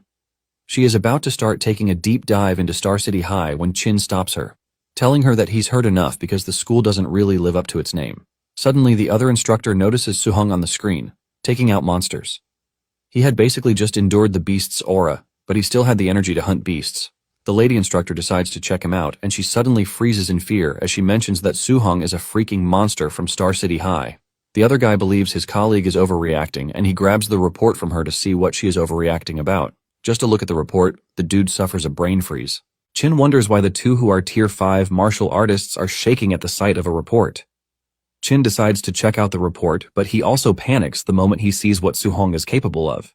In fact, he doesn't want to believe that Su-hong is a freaking human at this point. Su-hong basically has an affinity for all of the attributes, which makes him a different kind of monster entirely. In the report recommendation, everything Su-hong is capable of is included, and it is also noted that he is currently cultivating all 7 attributes. Excitement grips Qin because he wasn't expecting a talent like this to emerge from a rural area. Qin screams out in excitement, saying they have just hit the jackpot of the millennium. Just then, he mentions something that is totally weird. He points out that Suhong's vitality is only 120 points, and for his talent, it is quite weird. The lady instructor then reminds Chin that Suhong is cultivating the 7 attributes together. The man freaks out, saying this is why Suhong is stuck, because even a god would be ruined by this. He wonders if Wu didn't explain how things work for him. Just then, an assistant shows up to tell them that the students have started to arrive. Chin rushes outside to inspect them, and just as expected, the 3 super geniuses are the first to get to the camp because they were able to get to the camp 6 hours after the exam started. Soon afterward, more applicants keep coming in, and with 30 minutes left, all the applicants have supposedly arrived at the camp except Suhong. The other applicants believe that whoever hasn't shown their face with just 30 minutes left on the clock doesn't deserve to be in the training camp. Deep down, Chin is wondering why Suhong hasn't shown his face just yet. Chin starts to get worried that the precious gem he just discovered is about to get lost again. Just when the clock is about to run down, Suhong shows up in the distance. He was totally locked in on farming points that he lost track of time, and thanks to this, he is covered in blood and beast's insides from head to toe. When the other applicants see him, they start making fun of him, believing that he had it tough, which is why he appeared filthy. The 2 simpletons who wanted revenge on him also made it, but they decided to wait until the training camp to get their revenge on him. As the clock hits the 8-hour mark, the official gathers the applicants to tell them that whoever hasn't shown up at that point has failed the exam. Since they are all present, he figures out that it is time to explain the rules of the training camp to them. He reveals that there are several major facilities in the training camp, which are the gravity training room, the footwork training room, the beast combat, and the martial arts pavilion. He reveals that in the martial arts pavilion, one can exchange for martial arts, footwork techniques, pills, and weapons up to A rank. When Suhong hears this, he concludes that coming to the training camp is actually the right choice. However, using any of these services requires them to spend their contribution points, which can only be earned one way. The only way to earn these contribution points is to pass the various training courses, and passing them with flying colors will earn extra rewards. Since it is already getting late, the official tells them that they are free to go and sleep, but they can also go train if they want. He tells the injured students to follow him to the dormitories, and Suhong heads to the dormitory. Suhong enters his room, and he is pleased to find out that it is a single room, which means he has his privacy with no one watching him as he cultivates. Suhong then gets on the bed as he prepares to max out his mortal body, since he now has enough martial points to do so. Suhong inputs all of the points into the slot, and this generates a lot of heat that almost turns him into lava, but in the end, he gets a successful evolution. Suhong feels so much power running through his body, but he manages to block it from going haywire. By the time he is done, Suhong can feel the intensity of the power and how good it feels. He checks the status window and realizes that he has been given a strength title, which is Overlord Body. This is believed to be the strongest physique in terms of strength, but since his spirit tier is currently 0%, he is confident that it means that the technique can still be upgraded. Suhong admits that the special physique is quite incredible, and he decides to test out just how much strength the Overlord skill has. Suhong grabs his spear to head out to training, but to his surprise, the spear snaps from a casual snap. Suhong sighs in pain because C-rank alloys are quite expensive, and he paid a big sum to get this. Suddenly, it dawns on him that he didn't actually buy it because he picked it up. He figures out that he would need to gather enough contribution points as soon as possible to exchange for an A-rank alloy spear. Suhong wonders just how many kilos he would be able to handle if he wears a weighted vest to earn contribution points. Meanwhile, at the warehouse, Tantuo is moving around with a 3-ton weighted vest, and he claims that it is even light. The other applicants are left in awe as Tantu shows how impressive he is. Basically, they have all the rights to be amazed because a normal Tier 1 martial artist can handle only a few hundred kilograms. Even Xiao and Xinghe admit that Tantuo's strength is something else. Even Qin and the others who are watching from the control room are impressed by his brute strength. The lady assistant then asks Qin when they are supposed to find Suhong to explain the dangers of cultivating the 7 attributes to him. Qin then replies that they can't be direct because geniuses are proud, and telling him directly will only backfire. Qin believes that the way forward is to use certain methods to make him realize that his path is wrong, so he can willingly give it up himself. Qing then turns to the other guy, asking him if the other martial artists who will carry out the night raid have been assembled. The dude replies that it is going to take a bit more time because it is a bit of a tussle to assign personnel to match the varying combat strengths of the students. He reminds Qin that they just finished an assessment, and if they face a night raid immediately, they would definitely lose their cool.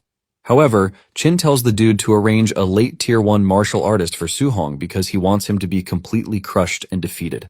Once Suhong has been beaten up, he plans to explain the disadvantages of simultaneously cultivating 7 techniques to him so he can obediently listen to him. The assistants are worried that this might cause Suhong's Dao to shatter because his spirit is low, but Chin doesn't see it the way they do.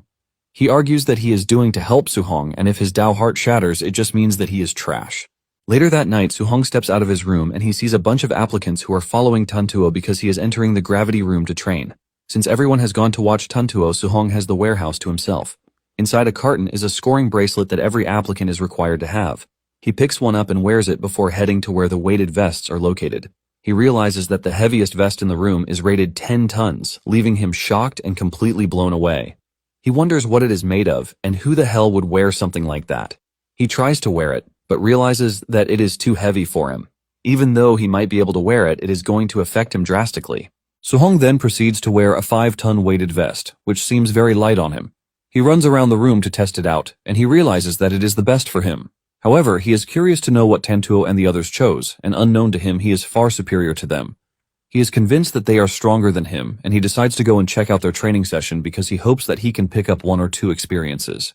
Meanwhile, the other applicants are doting on Tantuo because he went into the gravity room with a 3-ton vest. He also set the gravity to 2x, which means he is currently playing around with 6 tons.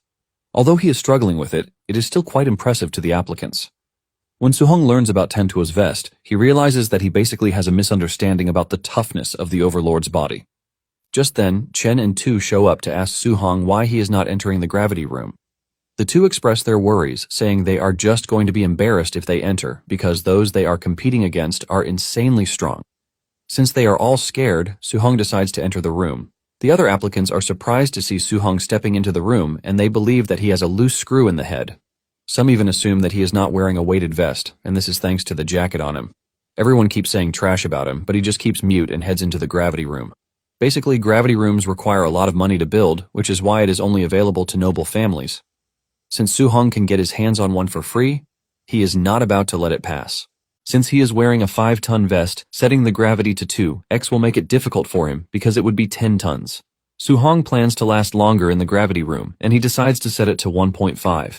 Even this still feels so heavy that Suhong wants to lose his footing. He strains in pain while the other applicants make fun of him, saying he isn't wearing a vest but still set the gravity to 1.5 times.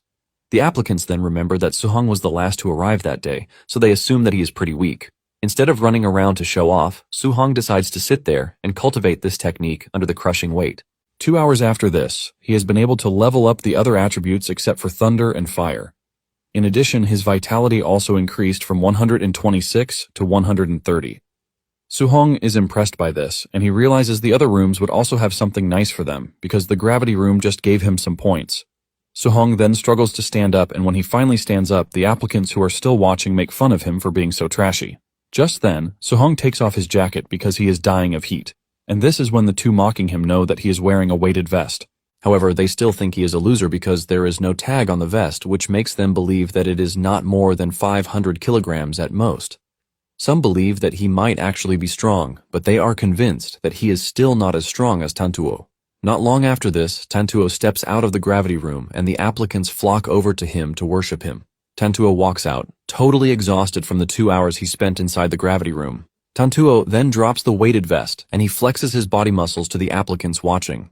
Singi then walks over to Tantuo, admitting that he is number 1 when it comes to pure strength, but urges him to come to the agility room where he can show him who the boss is. Tantuo admits that he has nothing to stand against Singi when it comes to agility, and this is thanks to his wind attribute. Suhong hears them talk about A-rank movement techniques, and he decides to go check Singi out. Suhong then joins the others to watch Singi display his A-rank movement technique, Flying Swan Cloud. In fact, they are more blown away that Singi set the difficulty to the max. The way he is moving with the technique leaves the applicants in awe. Singi is so fluid with the technique that petals even sprang out of nowhere. Suhong, on the other hand, immediately registers the technique in his archive.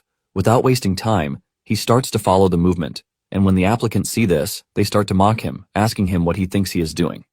They tease Suhong, telling him that there is no way he can learn the flying swan technique just by looking at it. Suhong ignores them and continues practicing his movement, and while he is doing this, his mastery level keeps increasing. In no time, the system informs him that he has learned the technique, so he has officially entered the beginner stage. Suhong is glad that he finally learned an A-rank technique. However, he has to admit that the technique is too flashy, which makes it embarrassing to carry out. Since he has never seen the normal version before, he can only copy what Singi displayed. Su Hong then returns to reality, and since he has learned the technique, he figures out that there is no need for him to enter the agility room. Su Hong thinks of heading to the fierce beast room to hunt beasts so he can earn martial arts points to boost his vitality. Just then, Su Hong notices that the applicants are staring at him. He turns around to hear them talk about how super flashy his moves are, and this is when he realizes that he might have actually done the technique in the same flashy way as Singhe. Su Hong immediately dashes off because he realizes that Singhe can't be his mentor when it comes to movement techniques.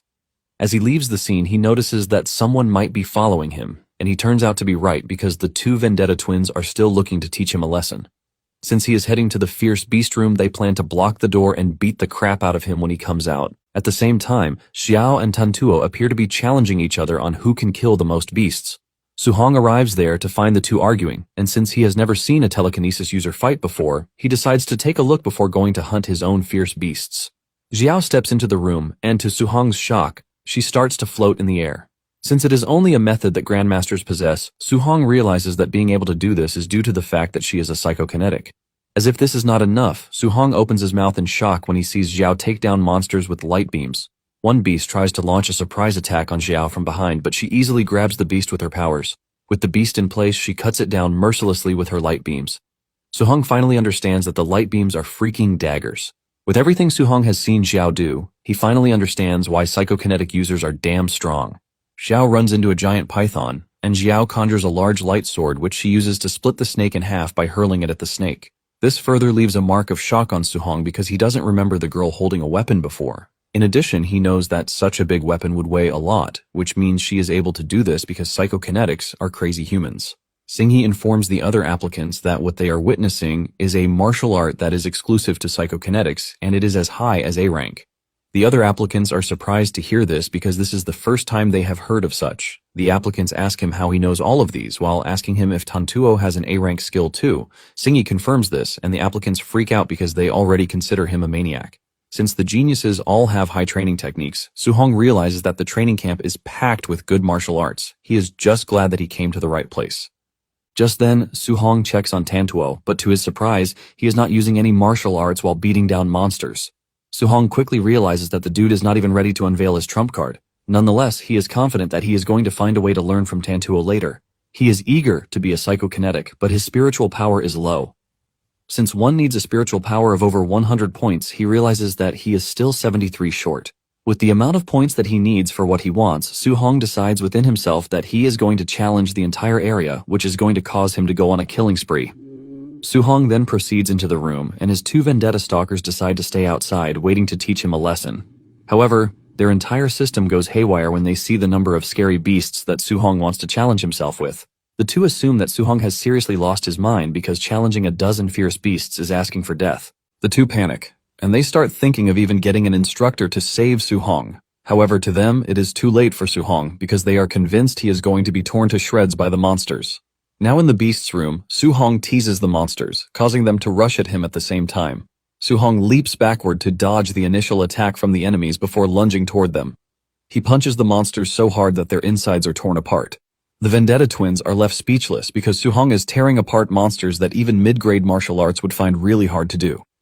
Just then, one of them notices that Su Hong is using a familiar footwork, and it then dawns on them that he has already copied Singhe's technique, which he is now using. The two stars are arguing because it is not possible for them. The two soon accept reality and realize that Su Hong is an insane talent to have been able to copy the technique at once. One of them immediately suggests that they forget about their Vendetta mission, and his colleague doesn't even object to this.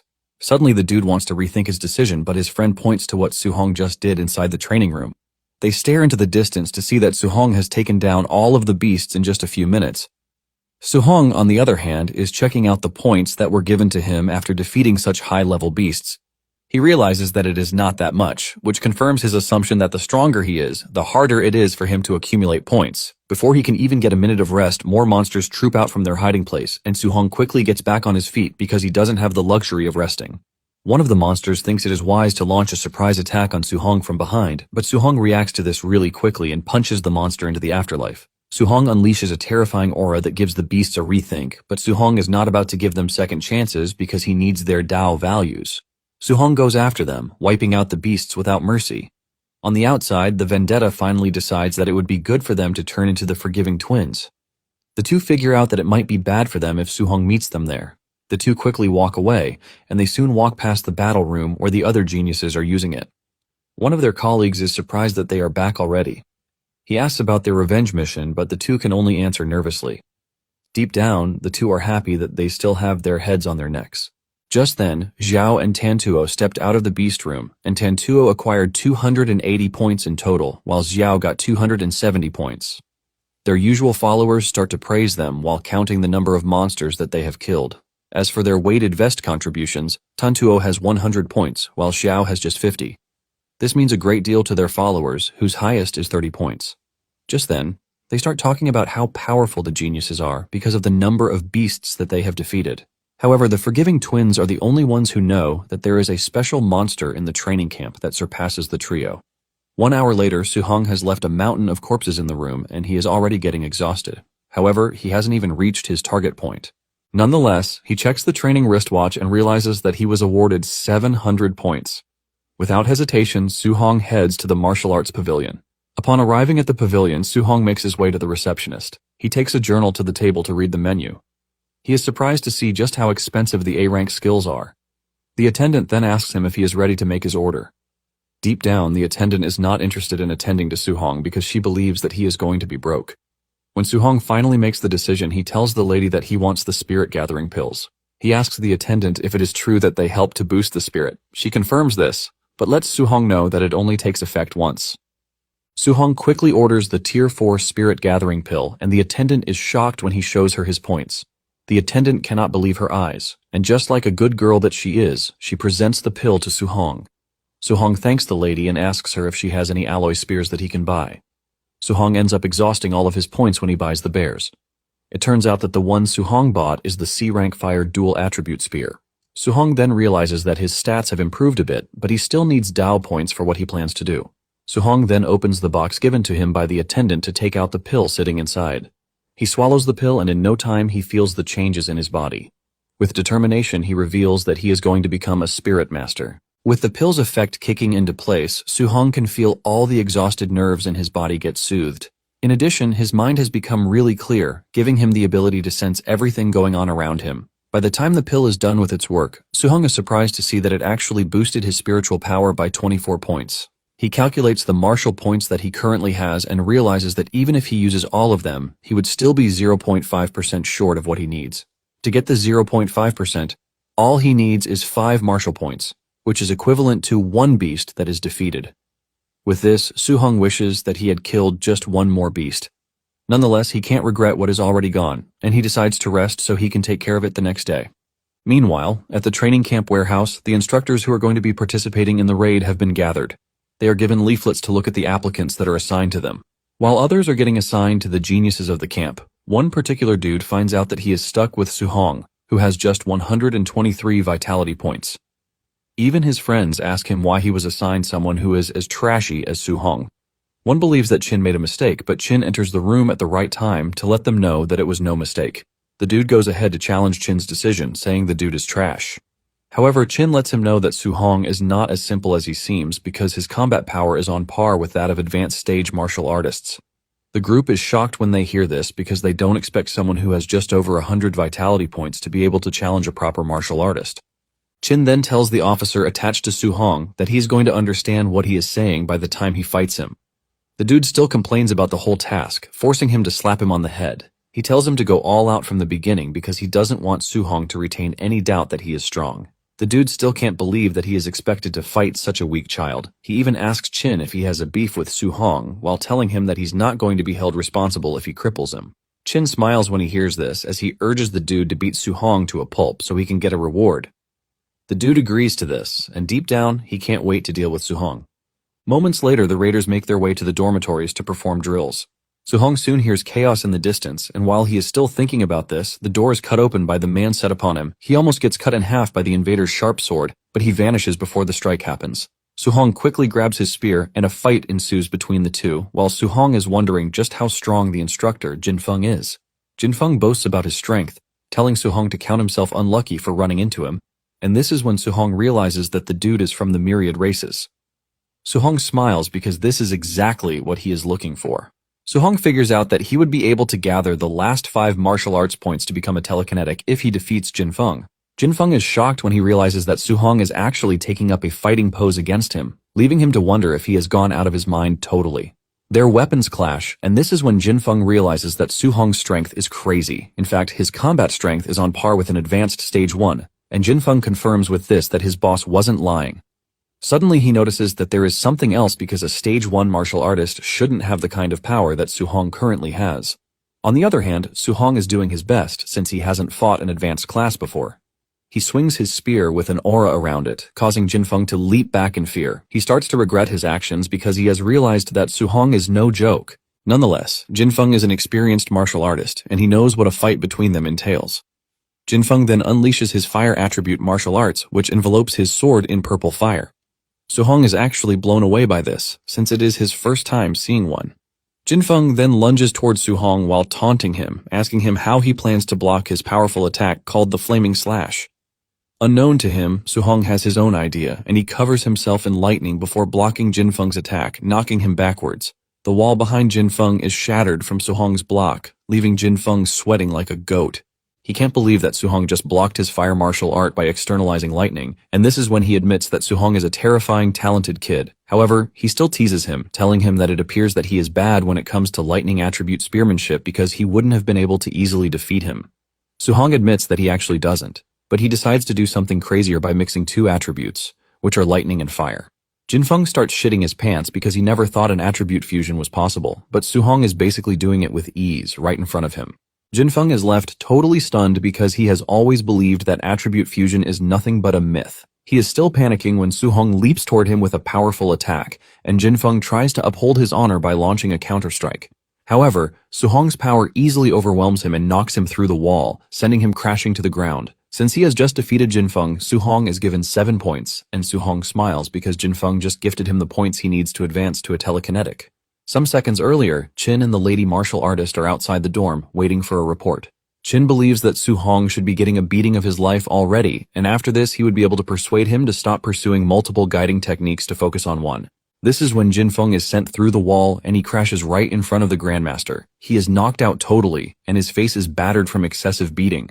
The lady and the Grandmaster are left in complete shock because Su-hong just defeated Jin Feng with ease. At the same time, the 3 geniuses defeated their opponents, sending them crashing through the wall just like Su-hong did. The trio steps out of the broken wall, telling the Grandmaster that he should have sent stronger opponents because these ones are freaking weak. Tantuo then notices that there are 4 defeated instructors on the ground, and the person who defeated the 4th one even finished faster than them. Xinghe assumes that Jin Feng is weak, which is why he lost to his opponent. However, the lady martial artist knows that Jin Feng is actually the strongest among these 4. Qin is not surprised by the 3 geniuses pulling off a win, but he knows that Su-hong is an early-stage rank 1 martial artist, which means facing a tier 2 opponent should be tough, but he even finished faster than the 3 geniuses. He wonders how he could have done it, and suddenly, an official comes running over to tell Qin that something has just happened. Qin assumes that a student was killed, and he tells the dude that it is quite usual. However, the official tells Qin that it is about Su-hong using attribute fusion when he was fighting Jin Feng. Qin initially counts this as nothing serious, but the moment it rings in his brain, he grabs the official, asking him if he is serious. The dude reveals that Su-hong actually used thunder and fire to defeat Jin Feng. The dude mentions that it is something he saw on the screen, but he is free to ask Jin Feng if he thinks he is lying. Jin Feng manages to come back to life to tell Qin that Su-hong really used attribute fusion. The Grandmaster freaks out again, as he reveals that the only genius in the world who was able to carry out attribute fusion actually spent 12 years on it, but Su-hong has been practicing this just for a month. The Grandmaster starts feeling hyper about the whole thing, and he boasts about how Su-hong is a celestial prodigy that descended to Earth in human form. The lady then asks Qin if attribute fusion is really powerful, as he is saying it.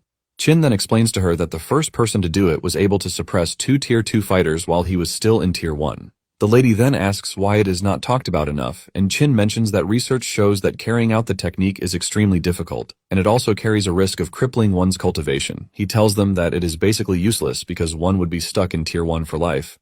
However, he is blown away by how Su-hong was able to succeed in just 1 month, which shows just how crazy his level of comprehension is. In fact, he possesses all of the attributes, which means it would be overwhelming if he could combine all of them. He believes that Su-hong has what it takes to suppress the emperors of the myriad races with a single strike. His assistants tell him to chill out because he is already over-exaggerating the whole thing, because fusing 2 is difficult as it is. Just then, Qin tells the two to pardon his initial excitement and says he can't allow Su Hong to cultivate all 7 because he would be stuck at a 3-attribute fusion, which would be bad. Just then, the dude mentions that Su Hong was able to overwhelm Jinfeng with his overwhelming strength, and the Grandmaster berates him for not mentioning something that important earlier on. The trio is left in shock because Su Hong has just over 100 vital blood points, but he was able to overwhelm Jinfeng, who has 500. Qin then tells them that Su Hong's physique might be something legendary, and he decides that a sparring match is going to be held the next day because he wants a full assessment of Su Hong's combat strength and vital blood.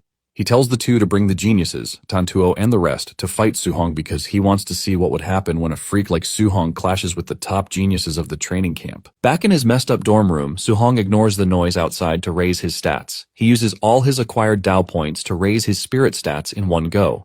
After increasing his spirit stats, Su Hong concentrates his mental power on becoming a telekinetic. As his mind expands, Su Hong begins to experience a strange sensation, as if he has suddenly grown a 3rd arm. As his spirit value hits over 100, this unfamiliar sensation leaves him feeling weird. After the experience, Su Hong decides to test his new powers by slightly lifting his ruined bed, using telekinesis. Su Hong is excited when the experiment works on his first try, so he lifts multiple items in the room with the wave of his hand. Satisfied with the result, Su Hong looks forward to doing other cool things like walking on air and attacking with telekinesis just like Xiao. He also plans to find an opportunity to learn her A-rank telekinetic martial art and Tantuo's offensive A-rank martial art. The following day, one of the camp instructors, Linz, orders the students to assemble in 1 minute or lose contribution points for every second they're late. Afraid of losing their hard-earned points, the students swiftly scurry outside despite being covered in bruises from last night's raid. On their way out, they lament bitterly about not being allowed to rest after going through so much the previous day. Even though it's just day 1 of camp, most of them are already fed up with the insane training conditions. Our overpowered guy Su Hong seems to be the only one in top shape as he casually strolls out for the assembly. Once everyone is gathered, Linz commends them for being punctual. He praises them for still being in one piece, saying he didn't expect them to be able to move around after getting thrashed. One dude boasts that he could have defeated one of the martial artists during the night raid if he hadn't been ambushed. Apparently the dude's peaches were up for grabs and the martial artist kept targeting his sausage, making it impossible for him to fight back. He had to choose between showing off and saving his future generations, so he chose the latter. However, despite his excuse, Linz insists that his reasons are trash. He reminds the guy that he would have been toast if it were an assassin from the myriad races instead of a friendly night raid. Hearing this, the guy quickly realizes that the instructor is right. His friend begins teasing him, branding him the nickname Boxer Bro Su Hong, who had been quietly listening to the conversation, also agrees with the instructor because reality doesn't care if one is ready or not. However, he agrees that it is reasonable for the students to be a bit cranky after the exhausting day they had on their first day in camp. The instructor then announces that he is giving them a chance to vent their grievances and show off their strength. He explains that they will be having a comprehensive test to measure everyone's vital blood, combat power, spirit, strength, speed, and mastery of martial arts. After the test, the students will engage in duels for their combat ranking. He also adds that the top 10 on the ranking will receive different amounts of contribution points every day. After the announcement, everyone turns their gaze to the powerful trio, Tantuo, Singe, and Zhao. They speculate that the trio must have the top 3 positions in the bag, therefore they decide to fight tooth and nail for the 4th to 10th place, since they can also get rewards. Su Hong, on the other hand, only looks forward to snagging first place because of the reward. He can't help but wonder what reward he can get for the first place. As the students chatter about the upcoming test, the instructor orders them to shut it and immediately follow him to take the test. A few moments later, they arrive at a warehouse arranged as their temporary testing ground with a Tier 2 combat power detector. While the students chatter on, Grandmaster Qin quietly observes Su Hong. He notes that Su Hong actively blends into the crowd without trying to stand out. Just then, some dude next to Su Hong notices Qin staring in their direction, and somehow figures Qin must be keeping an eye on him because of his non-existent talent. But Su Hong just stares at him like a clown, knowing the dude is just Delulu. This is because Su Hong knows that Qin is definitely watching him. A few minutes later, Qin addresses the crowd and lets them know that he has high hopes for them. He also raises the stakes by adding a bigger reward to what was previously promised. Qin announces that he will be rewarding an A-rank martial art or movement technique to the person with the highest overall score. Basically, the winner gets to choose one from several A-rank techniques. This revelation hypes up the crowd and also raises the difficulty because now Tantuo and his genius group will go all out. Just as they speculated, this news sparks Tantuo's interest because A-rank martial arts are very expensive. Even the top powerful families only have a few of them in their possession. Xiao is also interested in it because she gets to pick which one she wants. Singhi, on the other hand, just wants to get his hands on a technique that can complement his soaring swan cloud movement technique. He plans to use it to prove to everyone that being fast is just as powerful as other combat techniques. At the same time, Suhong is excited to add another A-rank martial art to his growing list. He makes up his mind to go all out for first place in the comprehensive test. Meanwhile, Qin focuses his gaze on Suhong and looks forward to seeing how strong he is. Qin then calls Singhi to start the test, and Zhao goes next while Tantuo takes the third spot. A chatter erupts in the hall because of this insane, powerful lineup, and no one wants to be the unlucky soul to take the fourth spot since they don't want to be embarrassed. After witnessing monstrous numbers from the powerful trio, the fourth person will surely be the laughingstock with their mediocre scores. Suddenly, Qin announces that Suhong will take the fourth spot, causing the hall to fall silent as all eyes turn to stare at him. This announcement convinces Suhong that Qin truly has his eyes on him. The crowd then begins mocking Suhong, remembering he was the same dude who came in last during the entrance assessment. Chen and Tu sympathize with Suhong for being unlucky and wonder if he offended Qin. The students continue to come up with different reasons why Suhong was chosen, but each reason is that they look down on him. However, the two dudes who have witnessed Suhong's true strength firsthand remain quiet. They can't wait for the crowd to be shocked speechless soon and swallow their words. As Singhi takes the stage for his test, the instructor reminds him to test his physical combat power first before his martial arts combat power. Singhi doesn't look forward to the first test because physical strength isn't his strongest suit. Still, he punches the combat power detector with everything he's got and his score hits a little over 4,000. A score considered crazy insane for someone who just claimed physical strength is his weakest suit. Everyone is shocked that Singhi scored so high even without using martial arts. However, they agree that this score is indeed weak compared to his insane speed in the agility room. While everyone is excited about Singhi's non-martial combat score, Suhong is only interested in his martial art technique. He reasons that Singhi must have at least a B-rank martial art since his movement technique is A-rank. Suhong is excited about this and looks forward to copying it. Singhi then unleashes his martial arts skill, the Cloud-Hidden Gale Fist, to deliver a powerful punch on the combat power detector. He hits a score of over 5,600, leaving the crowd completely stunned. Such a score is considered the standard for a Tier 2 martial artist, so it's surprising for Singhi, a high-stage Tier 1, to possess it. While everyone else is talking about how amazing Singhi is, Suhong successfully copies his B-rank wind attribute, Cloud-Hidden Gale Fist. Suhong is a bit disappointed that Singhi's strength only slightly increased by 1,600, despite using a B-rank martial art. However, Singhi is proud of himself, because this is considered a big deal for someone who doesn't rely on brute strength. But Zhao tells him to wipe the smug look off his face because it's nothing impressive. She then proceeds to score a little over 3,000 on her physical combat power test. No one is disappointed because it's normal for a telekinetics body to be physically weaker, but their strength is in their telekinetic martial arts. Next, Zhao takes in a deep breath as she condenses spiritual energy into forming a giant mallet. Meanwhile, Suhong is over the moon as he immediately copies her spirit weapon condensation martial art. With such an amazing A-rank technique in hand, he doesn't regret coming to the genius training camp. Suhong even looks forward to all the martial arts skills he can copy and paste during the comprehensive test today. With her spirit condensed weapon, Zhao strikes the combat power tester, gaining a score of nearly 6,000, which is higher than Singhi's. The crowd is amazed that her score was almost doubled, convincing them that heaven is definitely playing favorites. While others express how jealous they are of Xiao's telekinesis power, Suhong quietly absorbs the skill and tries to master it. Basically, harnessing spirit power through telekinesis can help the user walk on air, control objects, and have many other practical uses in combat.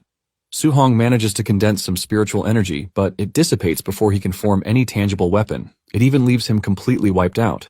Though this telekinetic martial art can form anything, including fierce beasts, it consumes way too much spirit. Suhong knows that with his current spirit level, it will be difficult for him to get to Xiao's level right away. He then immediately returns to reality and decides to learn it gradually later. Since Tantuo is going up next, Suhong can't wait to see his offensive martial arts.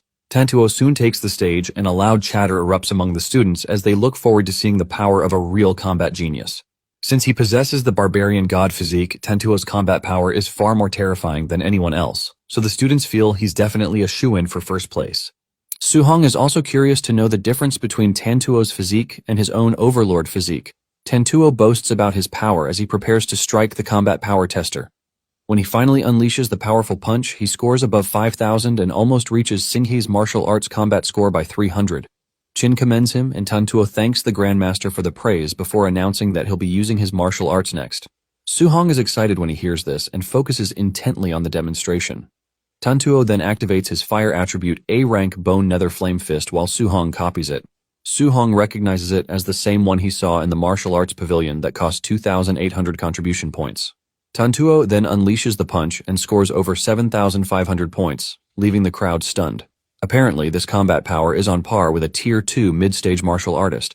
And what makes it more amazing is that Tantuo's vital blood is around 350, which is considered low for such an insane combat power. Qin praises Tantuo and lets him know that his father would be proud. Apparently, Tantuo's father sired over a dozen offspring in his quest to produce a grandmaster. Tantuo thanks Qin for the high praise, after which Qin calls Su-hong to the stage next. As Su-hong walks up to the stage, people begin to gossip.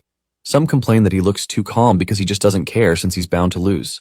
When he finally steps onto the platform, Qin reminds him about the rules of the test, and without hesitation, Su-hong prepares to deliver the first punch. He then takes a deep breath, and as his fist lunges forward, he vows to get the reward for first place. Su-hong finally hits the combat tester, and just the pressure from the strike causes a huge wind to blow through the hall. He gains an outrageous score of over 6,500, leaving them speechless.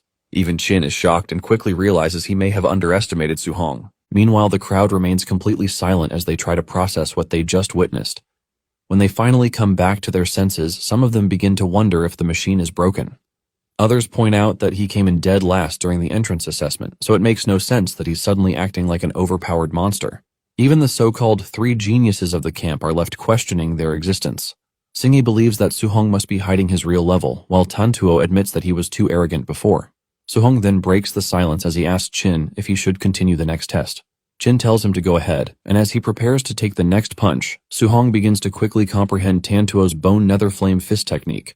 He comprehends the skill even faster than Singhi's movement technique, convincing him that this one is perfect for his physique. While they wait for Su-hong to make a move, the instructor Linza and Qin wonder how high he'll score with martial arts. Linz feels that Su-hong might not do well because he comes from a poor family and can't afford any decent martial arts technique. However, after observing Su-hong's current state, Qin believes that he's about to unleash a high-grade martial arts. Meanwhile, Su-hong finally masters the Bone Nether Flame Fist to beginner level in less than a minute. As he tests the flame on his fist, everyone is surprised that it's the same one Tantuo used previously. They wonder how a broke dude like Su-hong knows the same A-rank martial arts their idol uses. Meanwhile, Su-hong prepares to test what a powerful offensive high-grade martial art feels like. As he takes a powerful swing and punches the combat power tester, the pressure from the strike almost sweeps the crowd off their feet. The resulting punch even causes a huge wave of dust to cover the room.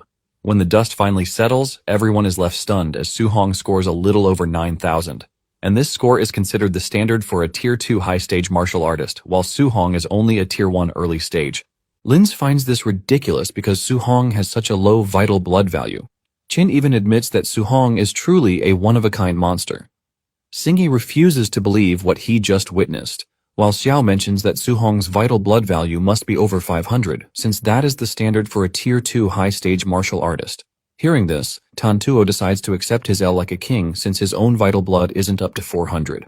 However, the next moment, a shockwave hits them when they realize that Su-hong's vital blood is only at a measly 137.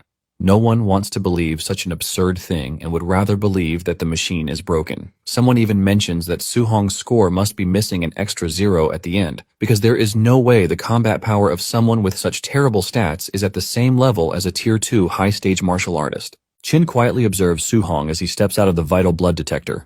He then announces that they'll begin the combat ranking tournament. He explains that it will be based on a challenge system, and anyone can freely pick an opponent to challenge. However, the winner of the tournament will be the person no one dares to challenge. The moment Qin finishes explaining the rules, Singhe immediately challenges Su-hong. Singhe only challenged Su-hong because of his low vital blood and believes he can win with his movement techniques. Since he has more vital blood, Singhe plans to dodge Su-hong's attacks and exhaust him out of the duel.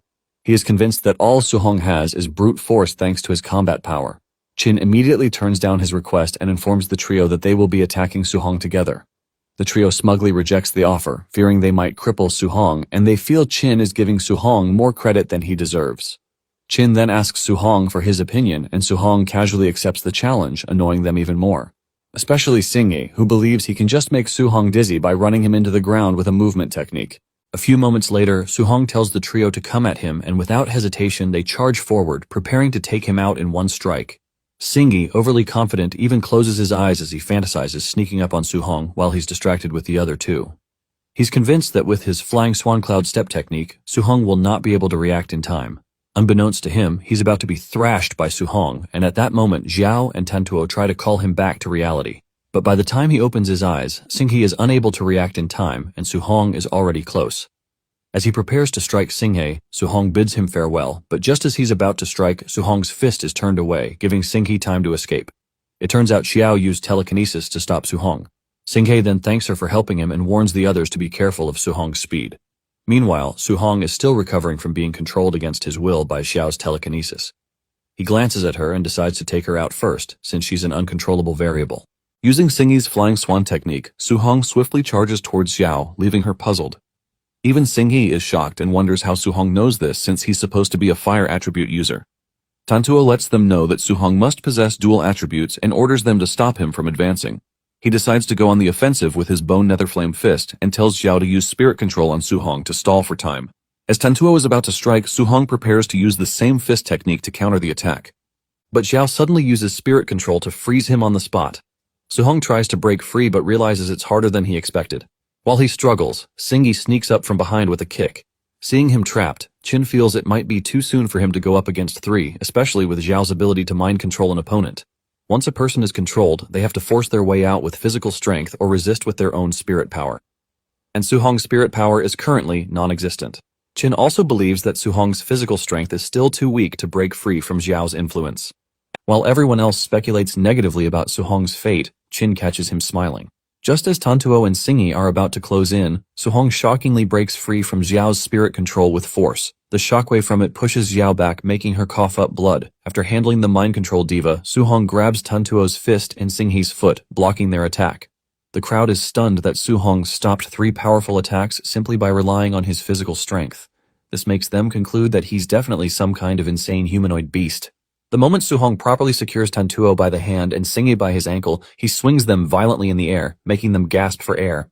After swinging them to his heart's content, Su-hong proceeds to wipe the floor clean with them, smashing them into the ground several times. As Xinghe and Tantuo's spirits begin to vacate their bodies, the crowd stares at the brutal sight, completely speechless. But Su-hong refuses to stop and continues to smash them into the ground, leaving them half dead.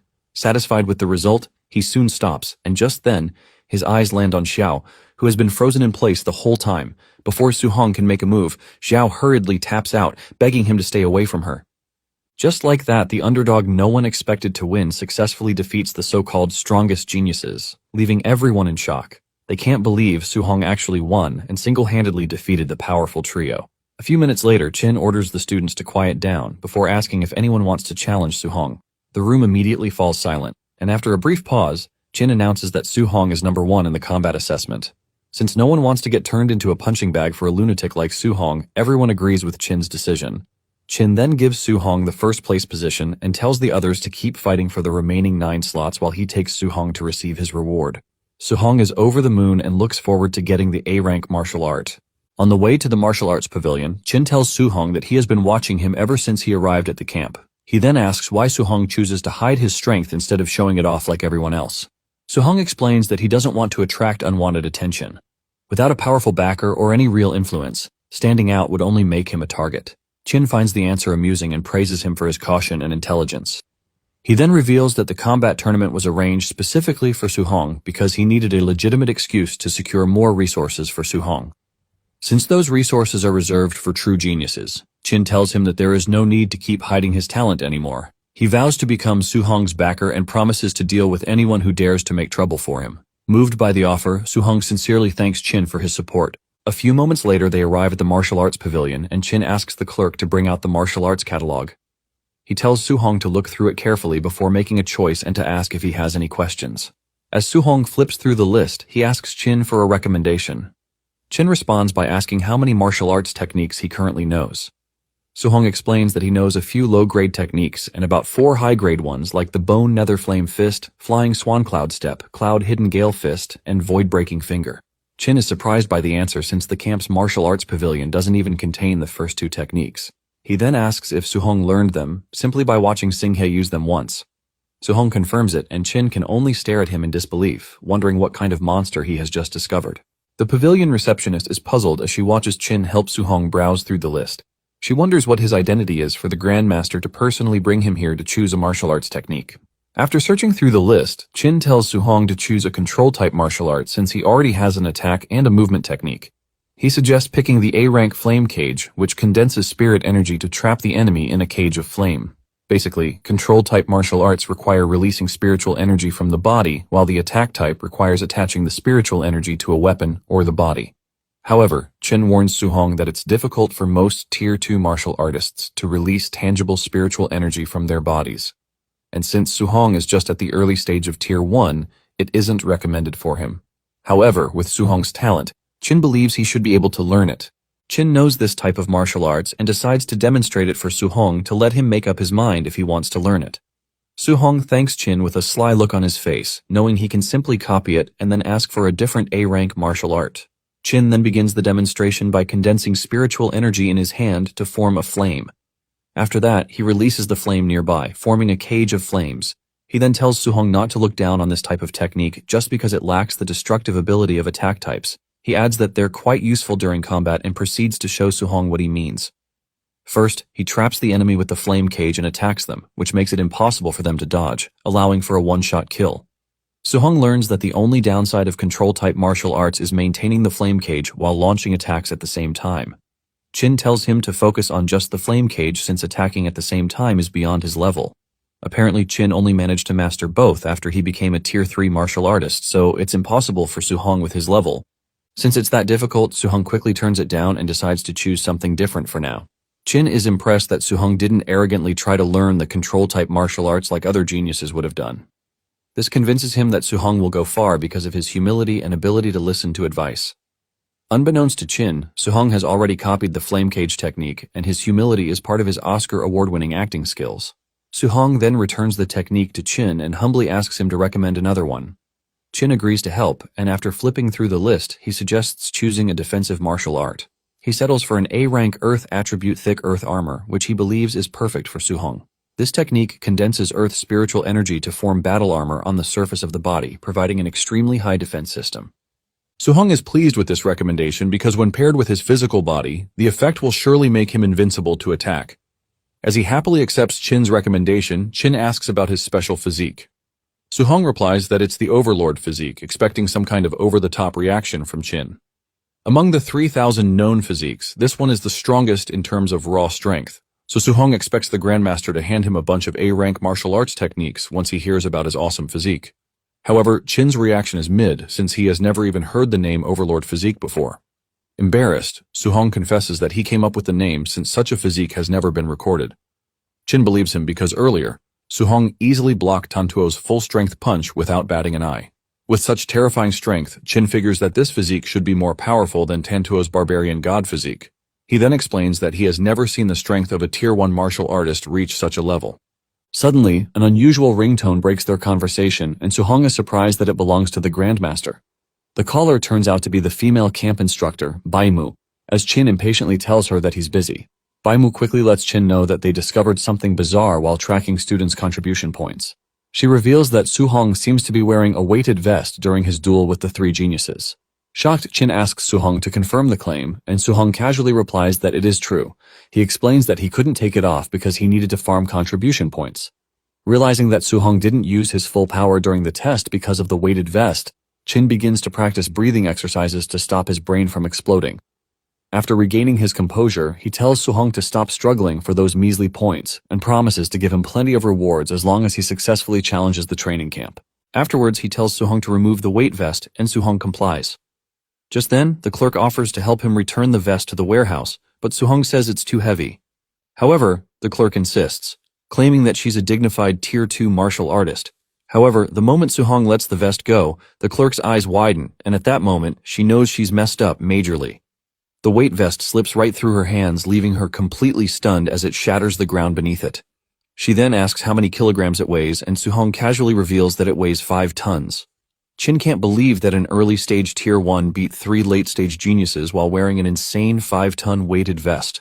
Realizing that Su-hong might be stronger than he anticipated, Qin decides to use him to farm aura points from all the Grandmasters who look down on his training camp. Like some chummy buddy, he grabs Su-hong by the shoulder, telling him that he has another A-rank technique for him.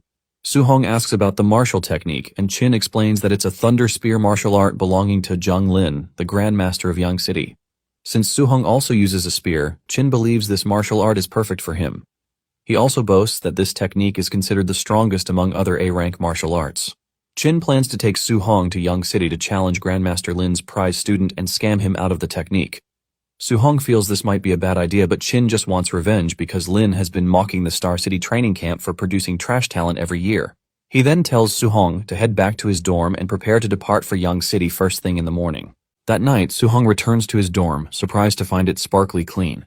He then decides to cultivate the 3 new martial arts he acquired during the day, which include the Flame Cage, Spirit Condensation Art, and the Earth Battle Armor. Su-hong hopes to at least reach the beginner stage in all 3 of them before leaving the camp the next morning. Meanwhile, Qin is busy calling Lin to challenge him to a duel in exchange for the Thunder Spear art. Lin smugly tells Qin to stop deceiving himself because he has a wood spirit prodigy at an early stage, Tier 2. He also proudly declares that his star student has learned the A-rank wood control type martial arts, Wood Prison, to the point of releasing spiritual energy from his body. Just as Lin predicted, his prodigy, Lin Chufeng, successfully conjures a wood prison from condensed spiritual energy. However, he's unable to hold it for long, and it dissipates after a few seconds. Chufeng is disappointed that he failed again, but Lin reminds him that control-type martial arts are not something to be learned in a day. Since Chufeng only started learning 2 days ago, Lin advises him to take it slow. Moved by his master's words, Chufeng excitedly promises to successfully master the martial art technique to the beginner stage in a month. Lin calls Qin, who is still on the call, to boast about Chufeng's claim. Apparently, this is a huge deal because it took Grandmaster Lin 3 months to learn the same martial art style. He then mocks Qin, telling him that Chufeng is not someone that trash talents from Star City Camp can challenge. Qin is pissed to hear this, but before he can protest, Lin hangs up on him. Lin then tells Chufeng to go easy on Qin's students later. He advises him not to win too easily to save them some face, and Chufeng agrees to put on an award-winning performance. The following day, Qin and Su-hong arrive at the Yang City training camp, flying through the air. Even though he's only using Qin's power to fly, the experience feels exhilarating for Su-hong, who is flying for the first time. Before they can even drop their feet on the ground, Lin can't wait to see the so-called genius Qin was boasting about. Qin then introduces Su-hong to them and reveals that he uses a spear, just like Lin. Su-hong greets Lin, but Lin is too focused on the fact that he's just an early-stage Tier 1 trash. Recalling how he asked Chufeng to put on an act, Lin wonders how they're supposed to do that now that their opponent has such a low level. He reasons that it's just overkill to make a Tier 2 fight an early-stage Tier 1. However, Qin remains calm and tells Lin to begin the duel immediately. A few moments later, they arrive at the martial arena where a crowd has gathered to watch the duel, and everyone looks forward to seeing how strong Su-hong is.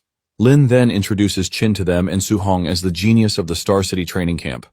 However, when he reveals Su-hong's martial arts level, everyone erupts in shock.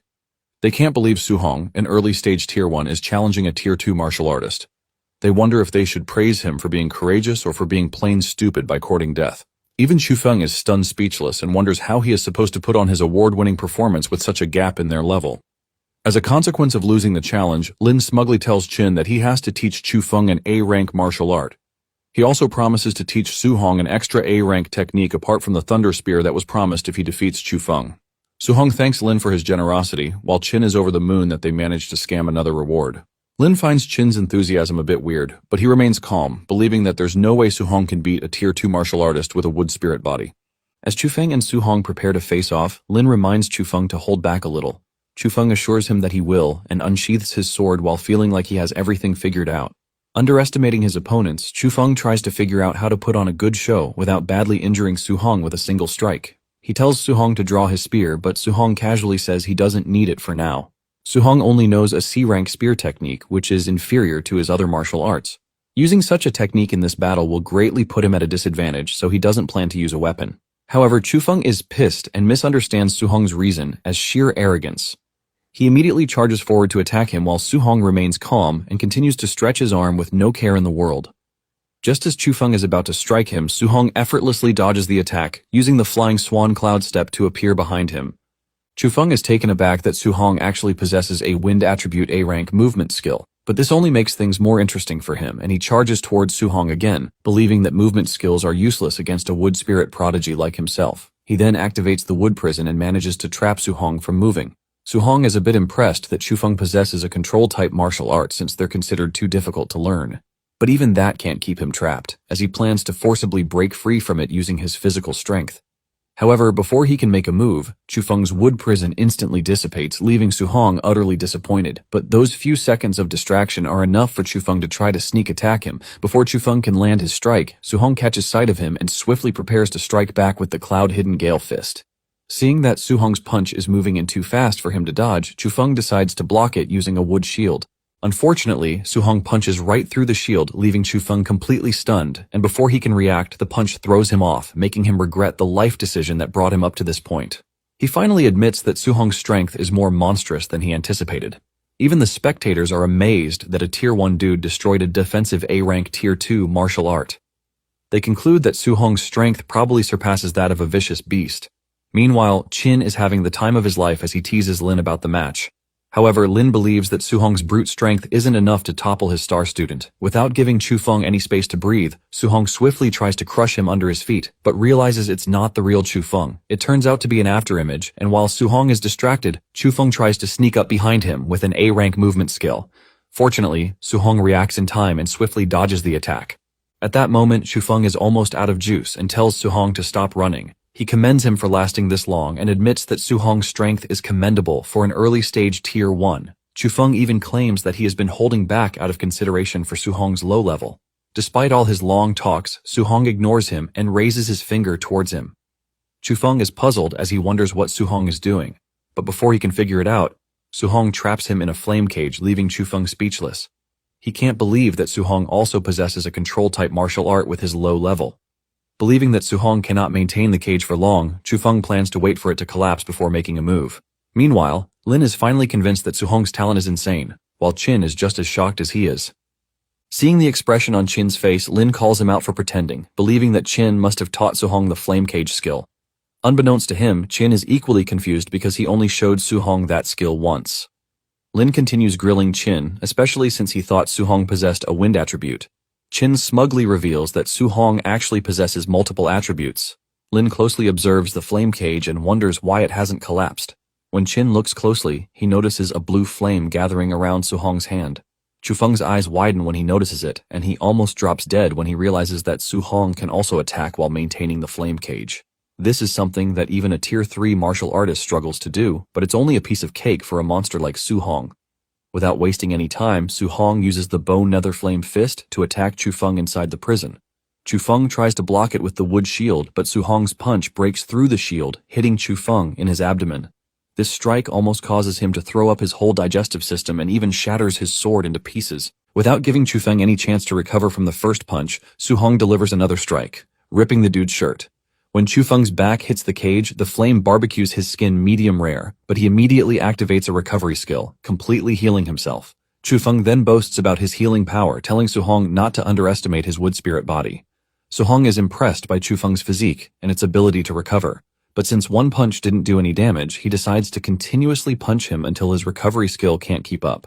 Su Hong then unleashes a flurry of attacks on him, but Chufeng continues to heal himself, believing that his endurance will surely outlast Su Hong's. After a while, Su Hong stops hitting while Chufeng activates the recovery skill. He proudly challenges Su Hong to see whose special skill runs out faster.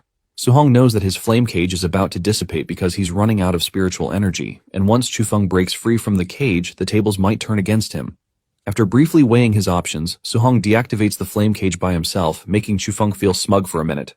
Chufeng boasts that it's his turn to counterattack and claims that Su Hong is sure to lose. But the next moment he swallows his words as Su Hong shows off his Fire Thunder attribute fusion.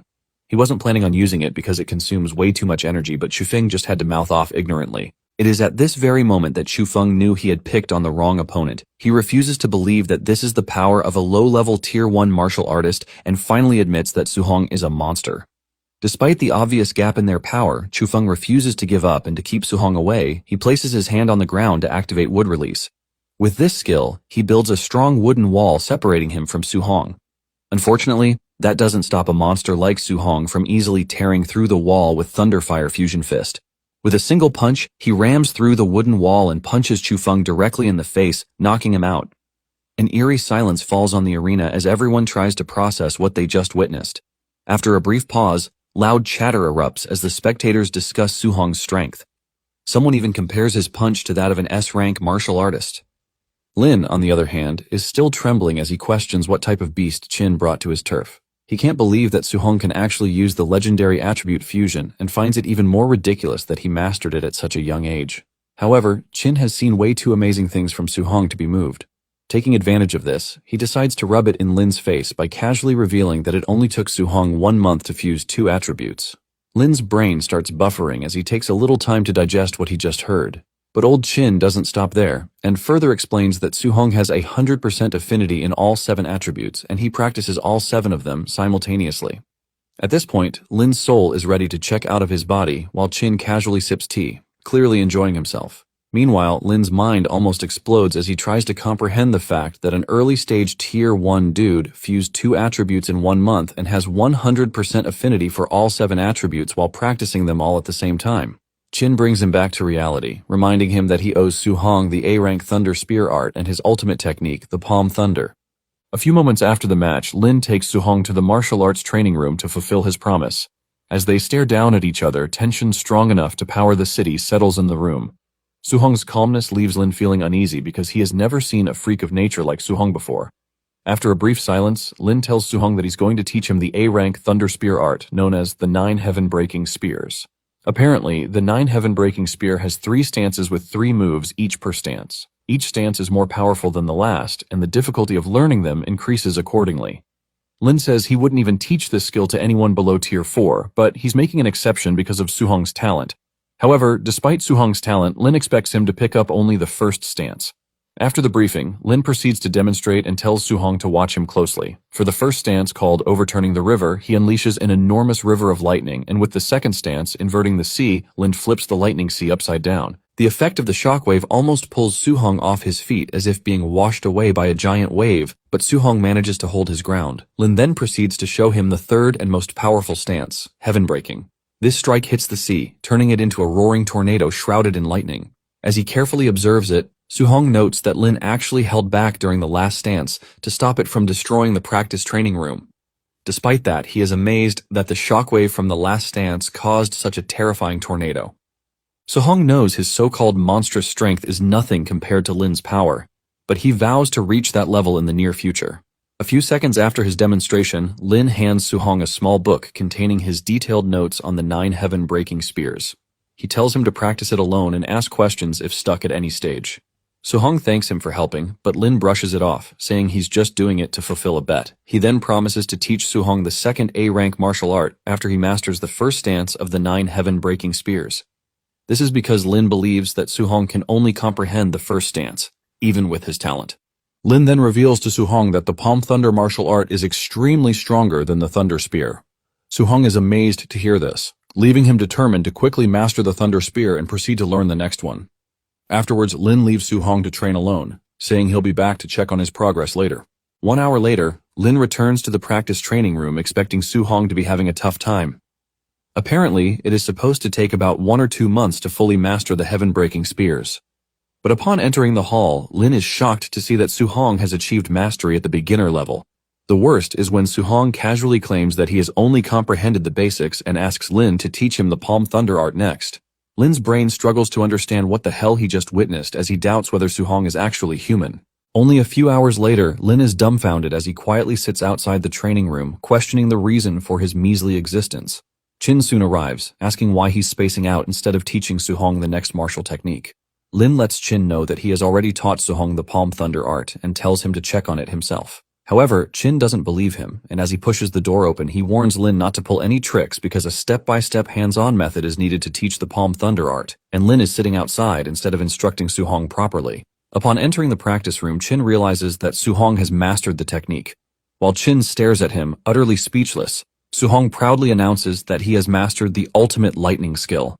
Unable to handle how fast Su-hong comprehended the skill, Qin joins Lin outside as the two men question everything they know.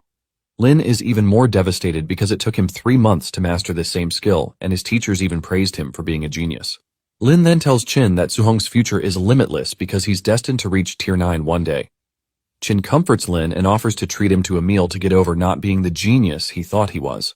Before leaving, Qin tells Su-hong that they'll be heading back to Star City Camp the following day. He also tells him to find the camp's teaching assistant and get them to arrange a temporary room for the night. Later that night at Yang City's dorm, Su-hong settles down to check on his stats. He had gathered about 230 martial Dao points after defeating Chufeng, Tantuo, and his other friends. Su-hong's vital blood has also increased to 138, and 3 of his attribute guiding techniques have increased to level 5. All his A-rank martial arts are at mastery, except for spirit weapon condensation, which was still at beginner level. Since his vital blood is still low, Su-hong considers upgrading it a bit and using the rest of the points to upgrade his spirit, physique, and martial arts.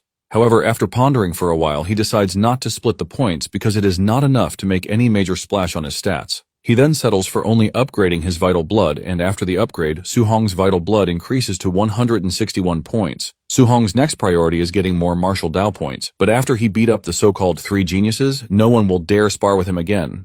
Now his only option is to keep farming points in the beast room, even though it is a bit slow. Elsewhere, Lin is having a drinking spree with Qin while lamenting about how Qin cheated him out of 2 A-rank martial arts. Qin is already fed up because he has heard this over 100 times already. Just then, the teaching assistant barges into the room to remind Lin about the scheduled night raid. Lin gives him the go-ahead, reminding him not to go easy on the students. Without hesitation, the assistant immediately calls someone and orders them to start the night raid as instructed by Lin. But when Qin reminds Lin that Su-hong is temporarily staying at the dorms, Lin realizes he may have messed up.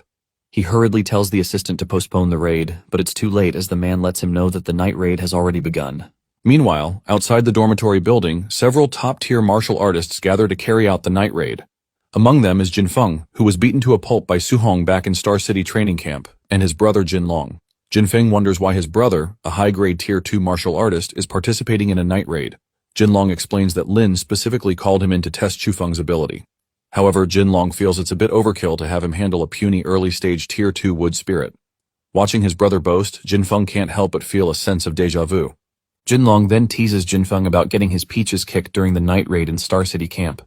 Embarrassed, Jinfeng tries to argue that he was only defeated because he underestimated the opponent. He swears that he will definitely win if given another chance to redeem himself.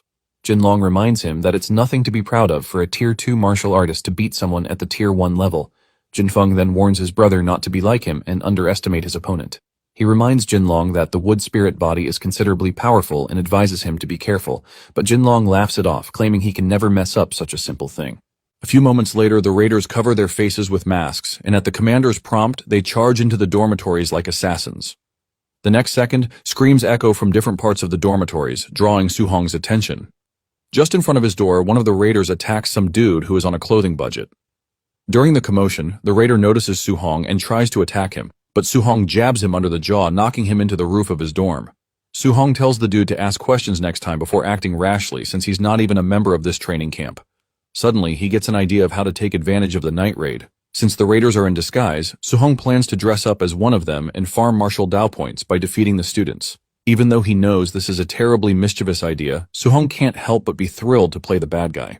A few minutes later, he steals the dude's clothes, including his underwear. He even plans to knock him out, but before he can do so, another raider rushes in to help. Su-hong first signals his victim to shut up before preparing to knock the new raider out. The raider protests, reminding Su-hong that he's the commander in charge of the night raid. But despite his explanation, Su-hong still punches the guy into a wall, leaving the clothesless dude stunned. The dude is confused as he wonders whether the raiders are about to start an internal war between themselves. A few minutes later, Su-hong bolts out of the room, excited about farming his precious points. Meanwhile, the clothesless dude watches him leave, puzzled that Su-hong didn't knock him out as planned. Out in the corridor, Su-hong makes up his mind to go all out since the raiders are high tier, so there's no need for him to hold back his power.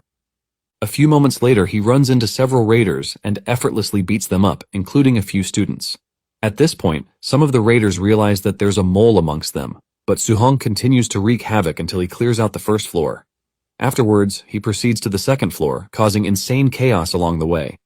He then heads up to the third floor, grinning like he just hit the martial Dao jackpot as his points continue to increase rapidly.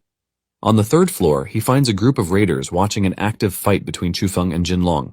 They are impressed that Chufeng was able to hold out against Jinlong for so long despite the gap in their levels.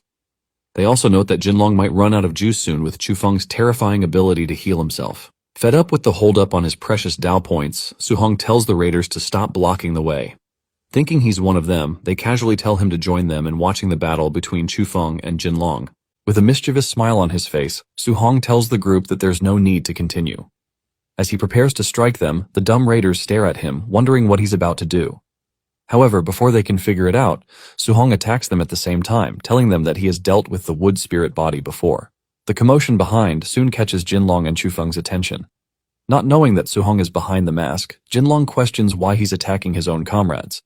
But Su-hong ignores him and invites the two of them to come at him at the same time. Jinlong tells Chufeng to stand down for the moment, promising that he will finish him off after dealing with Su-hong. Turning his attention to the masked fighter, Jinlong charges forward and declares that, as a raider, Su-hong should focus on his assigned targets. Since he has chosen to interfere, Jinlong intends to teach him a lesson. As Jinlong closes the distance, Su-hong calmly raises his fist to meet the attack. The moment their blows collide, a powerful shockwave erupts from the impact. Su-hong's punch completely blocks Jinlong's strike, leaving him stunned. The force surging through the clash nearly shatters Jinlong's arm, causing him to stumble backwards in disbelief. Seeing Su-hong immediately rush toward him, Jinlong abandons any thoughts of fighting alone and shouts for Chufeng to join forces with him to fight this crazy madman. According to Jinlong, Su-hong is fighting like a madman. Without hesitation, Chufeng agrees, completely unaware that the person beneath the mask is actually his nemesis. Chufeng quickly unleashes Wood Prison in an attempt to restrain Su-hong, but Su-hong reacts instantly, evading the vines before they can trap him. However, while he's distracted, Jinlong sneaks up behind to knock him down. But before he can strike, Su-hong activates the Earth Attribute Battle Armor, protecting himself from the punch. Jinlong is taken aback by this and is impressed that Su-hong blocked his Tier 2 high-stage attack. This makes him wonder where this unknown terror came from. Suddenly, he loses sight of Su-hong in his giant Earth Battle Armor. Jinlong quickly scans the room looking for him, but Su-hong suddenly appears out of nowhere, slamming him into a wall. He almost spews his guts while Su-hong turns to face Chufeng next. Without warning, he appears above Chufeng and punches him into the ground, knocking the poor dude out in one strike. After taking out the two of them, Su-hong gains a whopping 140 martial Dao points for defeating Jinlong and 70 points for Chufeng. He then checks his stats, and thanks to this little adventure, Su-hong earned over 2,400 martial Dao points in one night. However, all his other stats remain the same as they were before the night raid. The following day, the whole of Young City's training camp students nurse their wounds, including the raiders. Meanwhile, Lin blames Qin for bringing his monstrous student and throwing the camp into chaos. Qin smugly lies through his teeth, explaining that Su-hong didn't do anything, but Lin refuses to believe him. Fed up, he practically kicks them out of his camp, and Qin hurriedly picks Su-hong up like a piece of meat as they float into the air. On their way out, Qin asks Su-hong whether he possesses any metal, wood, or water martial arts. Su-hong replies that he doesn't, and old Qin decides to pull similar scams on his other friends to get Su-hong what he needs. Over the next couple of days, Qin takes Su-hong to 3 different training camps where they successfully scam them out of A-rank martial arts. Su-hong easily defeats their so-called prodigy, earning Qin some scolding from the Grandmaster. Using the same scamming technique, Su-hong successfully won 3 new A-rank techniques. After returning to Star City's training camp, Su-hong first comprehends the 3 skills he scammed thanks to Qin. One is the Golden Ripple Metal Attribute technique, the other is the Vine Strangling Wood attribute, while the third is the Water Dragon, a water attribute martial art. After only a few minutes, Su-hong masters the 3 skills at the beginner level. And looking back at his past, he can't believe he owns this many A-rank martial arts. Now that he has almost 3,000 martial Dao points, Su-hong decides it's time to increase his vital blood. His Thunder and Flame attribute guiding technique has also improved to level 6, while some of his martial arts, like the Gale Fist and Flying Swan movement, are already at the level of minute subtlety. The 3 were at the level of mastery, except for telekinesis, which is still at the beginner level. Su-hong then uses most of his Dao points to increase his vital blood, but his muscles almost explode from adding too much at once. After consuming all the points, his body returns to normal, and his vital blood increases to 450. With this, Su-hong is now only 50 points away from breaking through to a Tier 2 martial practitioner. Now that he has only 100 martial Dao points remaining, Su-hong tries to figure out where to use them. He considers using it to strengthen his spirit or his overlord physique. After thinking about it for a few minutes, he decides to use it on his overlord physique. However, Su-hong is instantly disappointed as 100 martial Dao points only add 0.1% to the overlord's body. Realizing his physique is too hard to level up, Su-hong decides to leave it as it is for the time being. He then hurries out, determined to focus all his strength on breaking through to a Tier 2 martial practitioner. He plans to head to the Fierce Beast Room to farm some martial Dao points for his breakthrough. Upon opening the door, Su-hong runs into Qin, who immediately asks him whether he has a healing martial art. Hearing this, Su-hong immediately knows that Qin is up to no good and plans to scam another old dude out of his healing technique.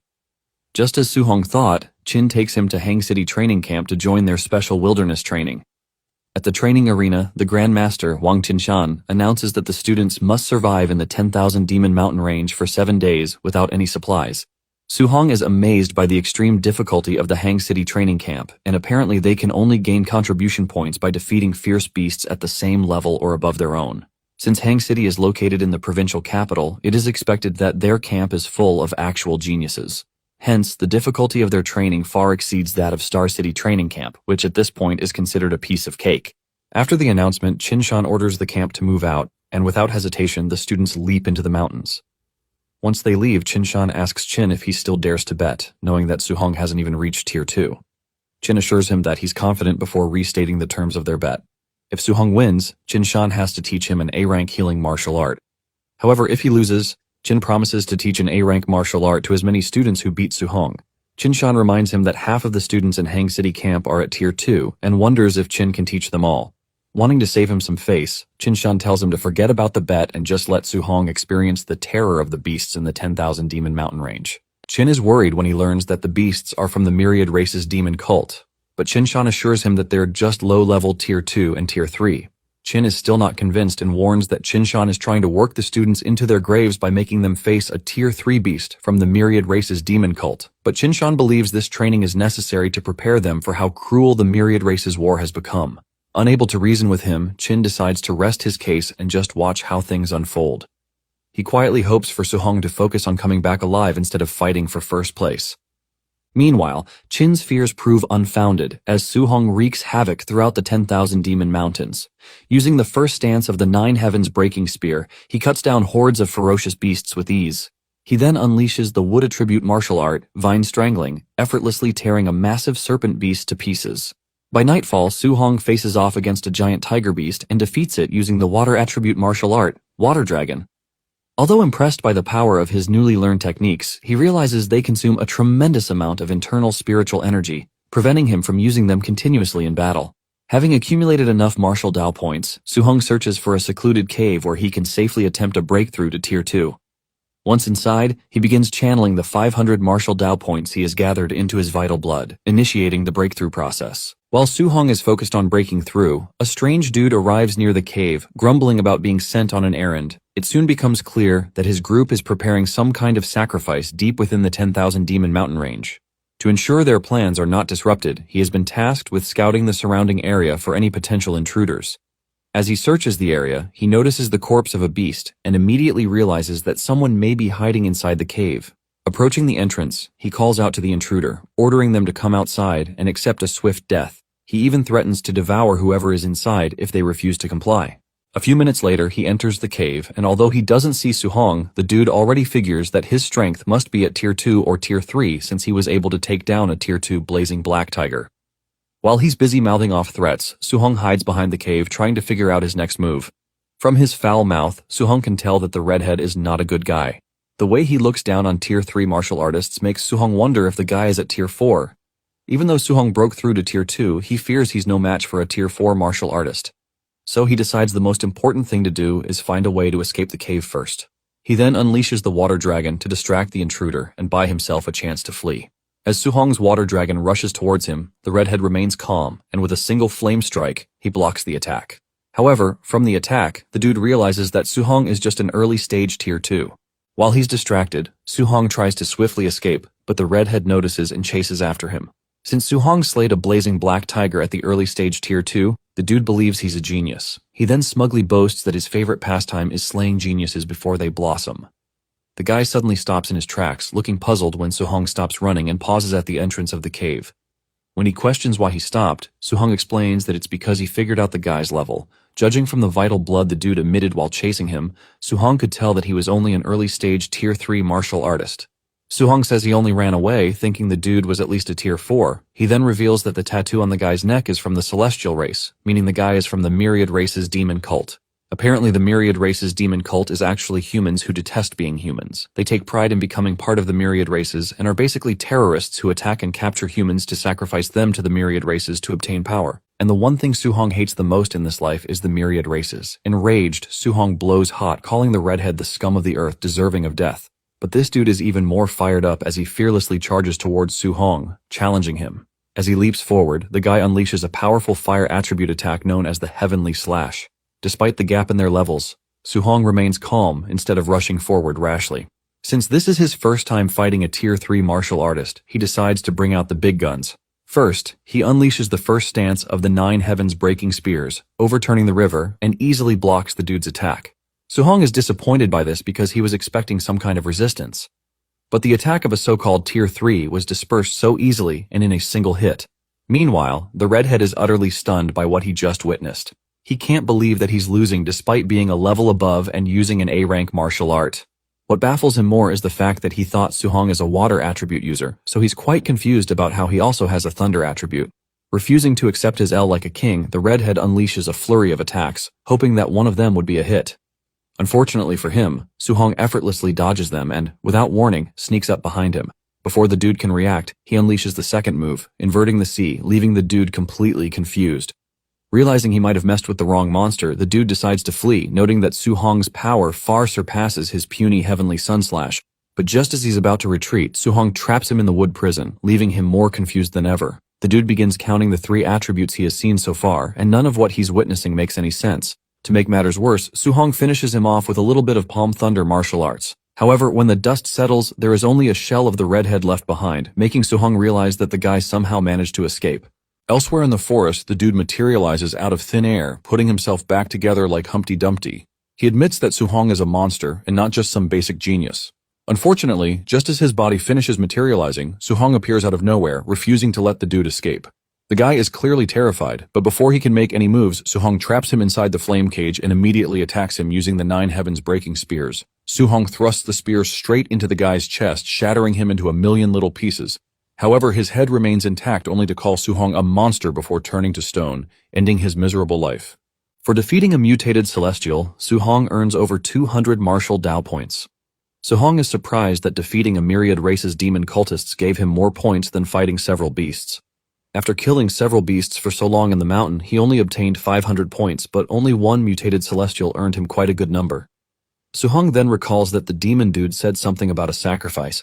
This makes him wonder if they captured humans for their so-called sacrifice. After thinking about it for a few minutes, he decides to inform Qin about it. Back in Hang City training camp, Qin receives the message that Su-hong encountered someone from the myriad race's demon cult. He then informs Qin-shan about the sacrifice and Su-hong's appeal to send a team to rescue humans who were captured. Qin-shan informs Qin that they don't need to send anyone because this time the cultists are sacrificing themselves, which is actually a good thing. Qin is not surprised to hear this, since the myriad race's demon cult has been known to be total psycho weirdos. As Qin continues to calmly sip his tea, Qin-shan reminds him that Su-hong might be in danger. But Qin isn't even slightly worried and tells him that Su-hong already took down the Tier 3 demon cultists. Qin-shan refuses to believe that a Tier 1 took down a Tier 3 martial artist and a myriad race's demon cultist at that. He tells Qin to stop bragging, but Qin has no intention of fighting to convince such an unbeliever. 3 days later, Su-hong is still farming martial Dao points by taking down fierce beasts. He planned to take out a few myriad races demon cultists, since they give him more martial Dao points. But after 3 days of searching, Su-hong hasn't come across any soul. His vital blood has increased to a little over 500, and even his spirit added a few more points, though slow as usual. All his other stats remain the same except for the Bone Nether Flame Fist and Flame Cage martial arts, which have both improved to minute subtlety. What disappoints Su-hong more is that after days of hunting several monsters, he only has a little over 800 martial Dao points, and this is less than he'd get for taking down 4 myriad races demon cultists. Thanks to his protagonist's plot armor, the universe answers Su-hong's prayer by delivering a woman from the myriad races demon cult. The girl commends him for having such sharp senses and even flirts with him, not knowing that she's messing with the wrong dude. To teach Su-hong a lesson for trespassing on their turf, she decides to end him on the spot. She immediately attacks him with frost spikes, but Su-hong remains calm. In fact, he's clearly pleased that his precious martial Dao value was delivered right to his doorstep by Amazon.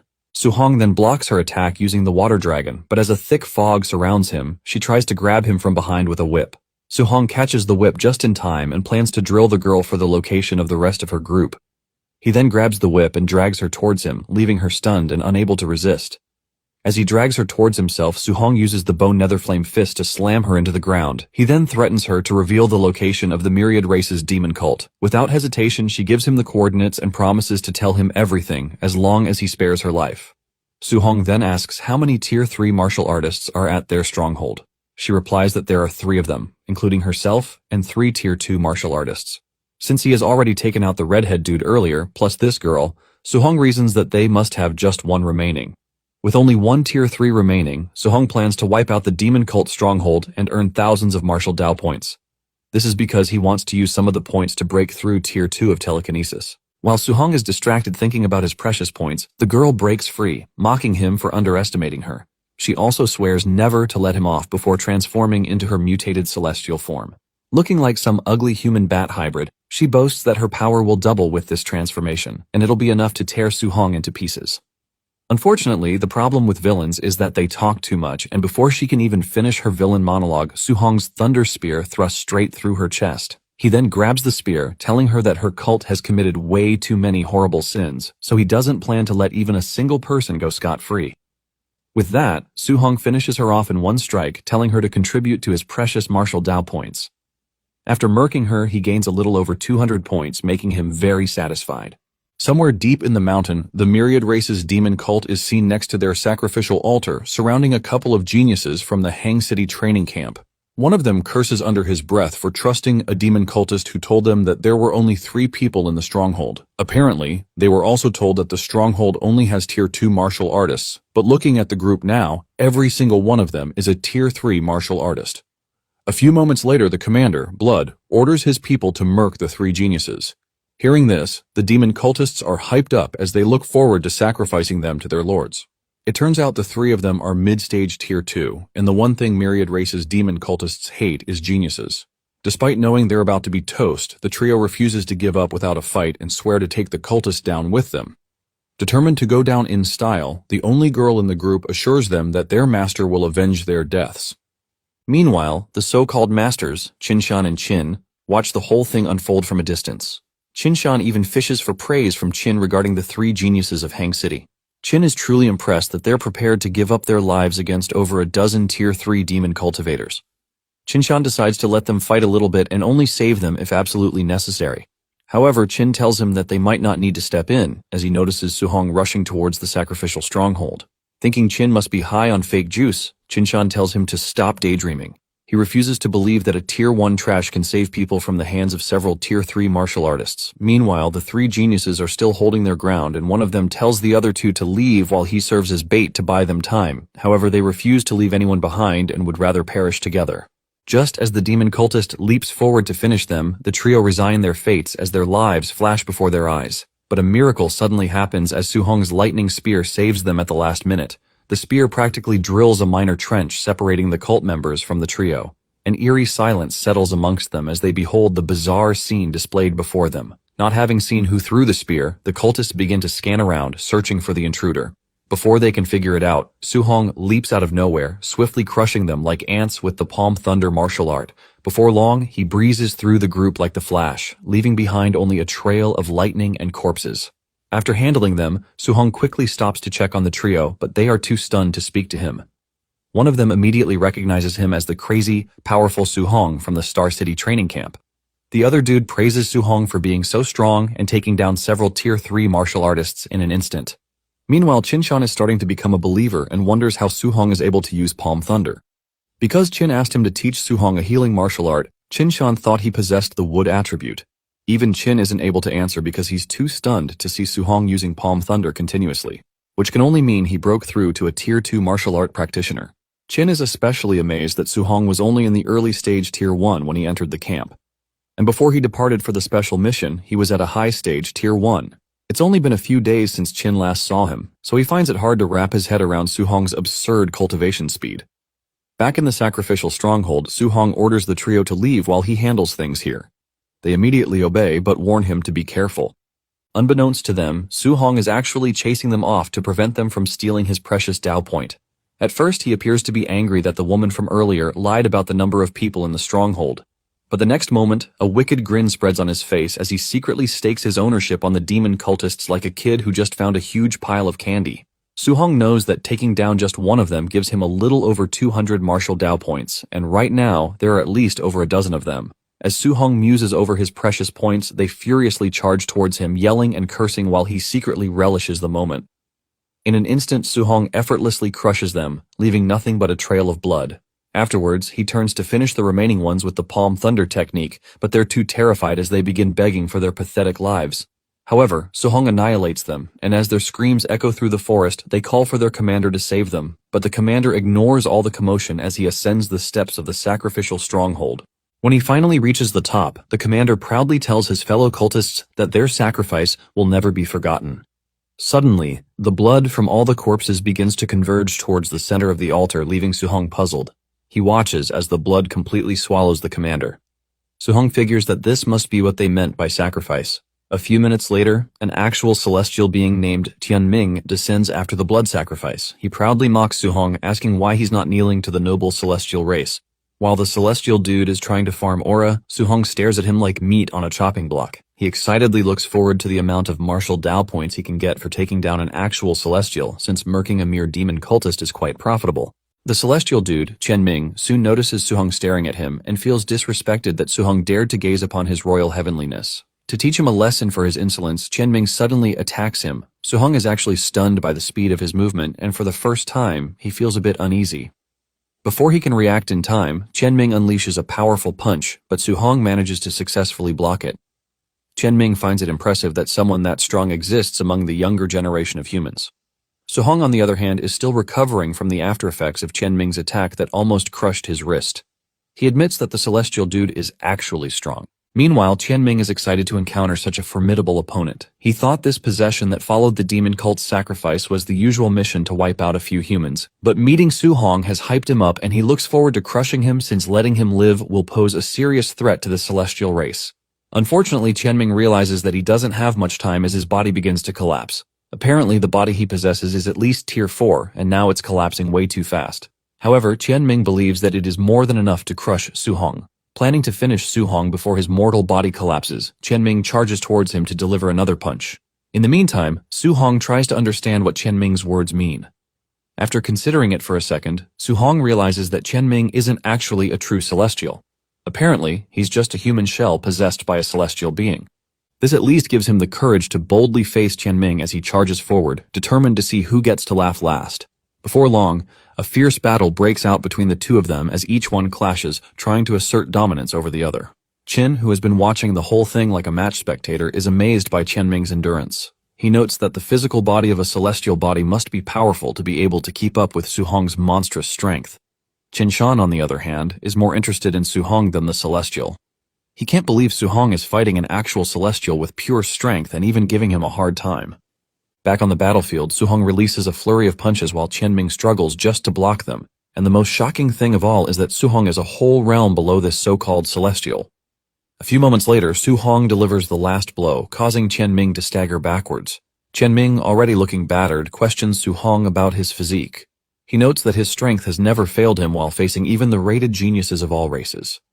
Even though he can't use his full celestial power due to the limitations of this mortal body, a mere human should not be able to resist him to this extent. Seeing the expression on Tianming's face, Suhong mocks him for running out of fuel. He clearly seems to be enjoying himself and feels he hasn't experienced anything as exhilarating as this ever since he awakened the Overlord physique.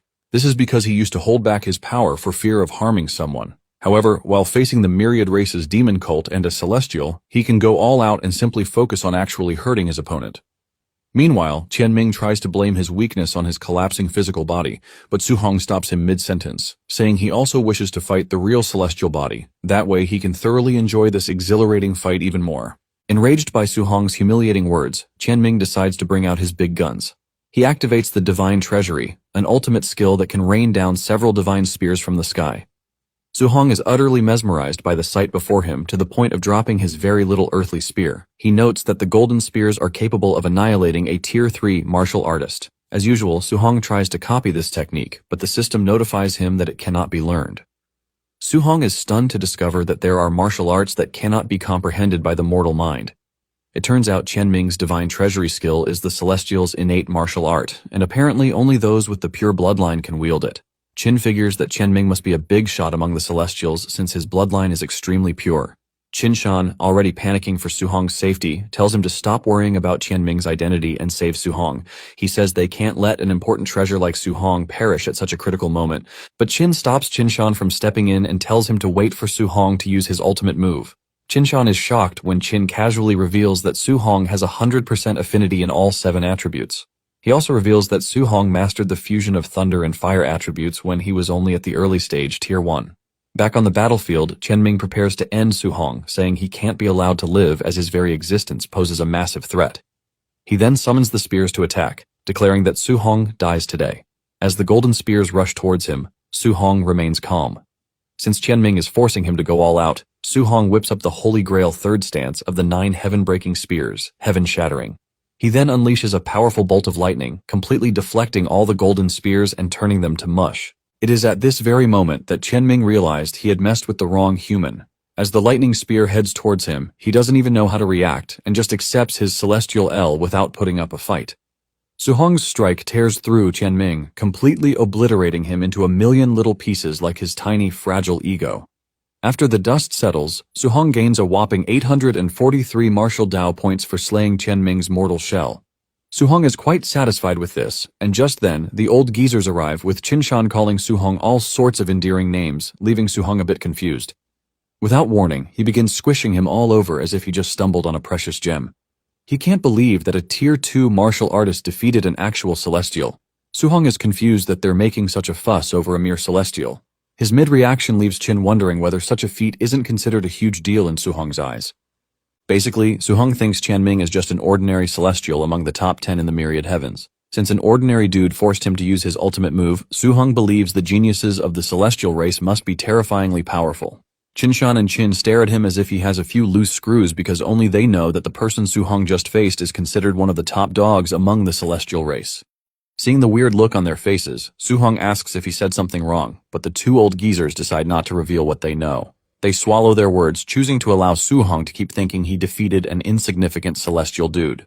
4 days later, the students return to the training camp after the completion of their 7-day exile in the 10,000 Demon Mountain Range. As usual, Su Hong takes the first place, scoring over 17,000 points, while the 3 Hang City geniuses manage to get over 4,000 each. Su Hong's scores leave everyone in awe, making them wonder whether someone rigged the scoreboards. One of the geniuses Su Hong saved in the sacrificial stronghold defends him, explaining that Su Hong's strength is invincible. Another one of them chimes in, explaining how Su Hong single-handedly took down several Tier 3 demon cultists in an instant. With so much happening, everyone begins to scan the arena for Su Hong, but someone informs them that he's learning an A-rank martial art from Grandmaster Qinshan. Elsewhere, Su Hong has finished learning the healing martial art in less than a day, leaving Qinshan amazed. Qin lets him know that insane things like this have become an everyday thing for Su Hong. Back in the training room, Su Hong is pleased with the effect of the healing martial art he learnt from Qinshan. Apparently, it is known as the most valuable healing technique, and it even erased Su Hong's old scars. Afterwards, Su Hong checked out his stats, and he was able to gather about 4,800 martial Dao points after 7 days in the wilderness. With this point, he plans to increase his spirit to 500 and break through to Tier 2 Spirit Master. Apart from increasing his spirit point, he also wants to boost his vital blood a bit. Meanwhile, in the Celestial Temple of the Celestial Race Planet, Qianming is scolded by the Celestial Council for losing to a mere human. They mock him for being suppressed by Su Hong and still losing after using the Divine Treasury. Qianming tries to explain that there's nothing human about the dude he faced. The council then calls for another celestial dude named Tianshang and orders him to issue a bounty on Su Hong. He is ordered to eliminate Su Hong at all costs to prevent him from becoming a threat in the future.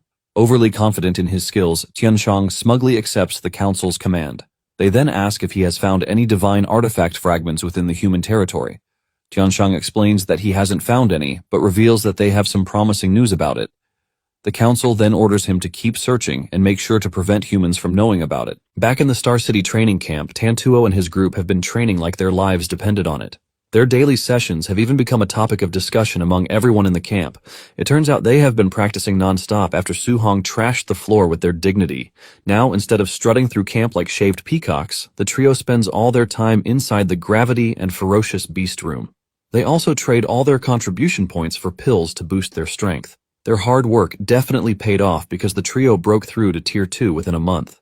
Even the flamboyant Singy, who loves being a pretty flower boy, is now a dedicated muscle junkie. And all 3 of them have the same goal, to challenge Su Hong to another match. Later on, Qin returns to the camp, but without Su Hong, and when Linza asks him about it, he reveals that Su Hong went into the forest to train for a few more days. The training camp ends in a few days, so Linza is worried that Su Hong might not make it back in time. However, Qin assures him that Su-hong knows his limits and will surely return to camp on time. 2 days later, Su-hong is seen cultivating on top of the peak of a mountain, unaffected by the giant serpent slithering its way to the top. Su-hong uses his martial Dao points to increase his spirit to 500 as he planned. Just as the serpent finally makes it to the top and tries to munch on him, Su-hong pushes back with just the wave of his palm now that he's proficient in telekinesis. He then casually uses the weapon condensation art to craft a giant spirit sword, which he effortlessly uses to tear the serpent into fine pieces like sausages.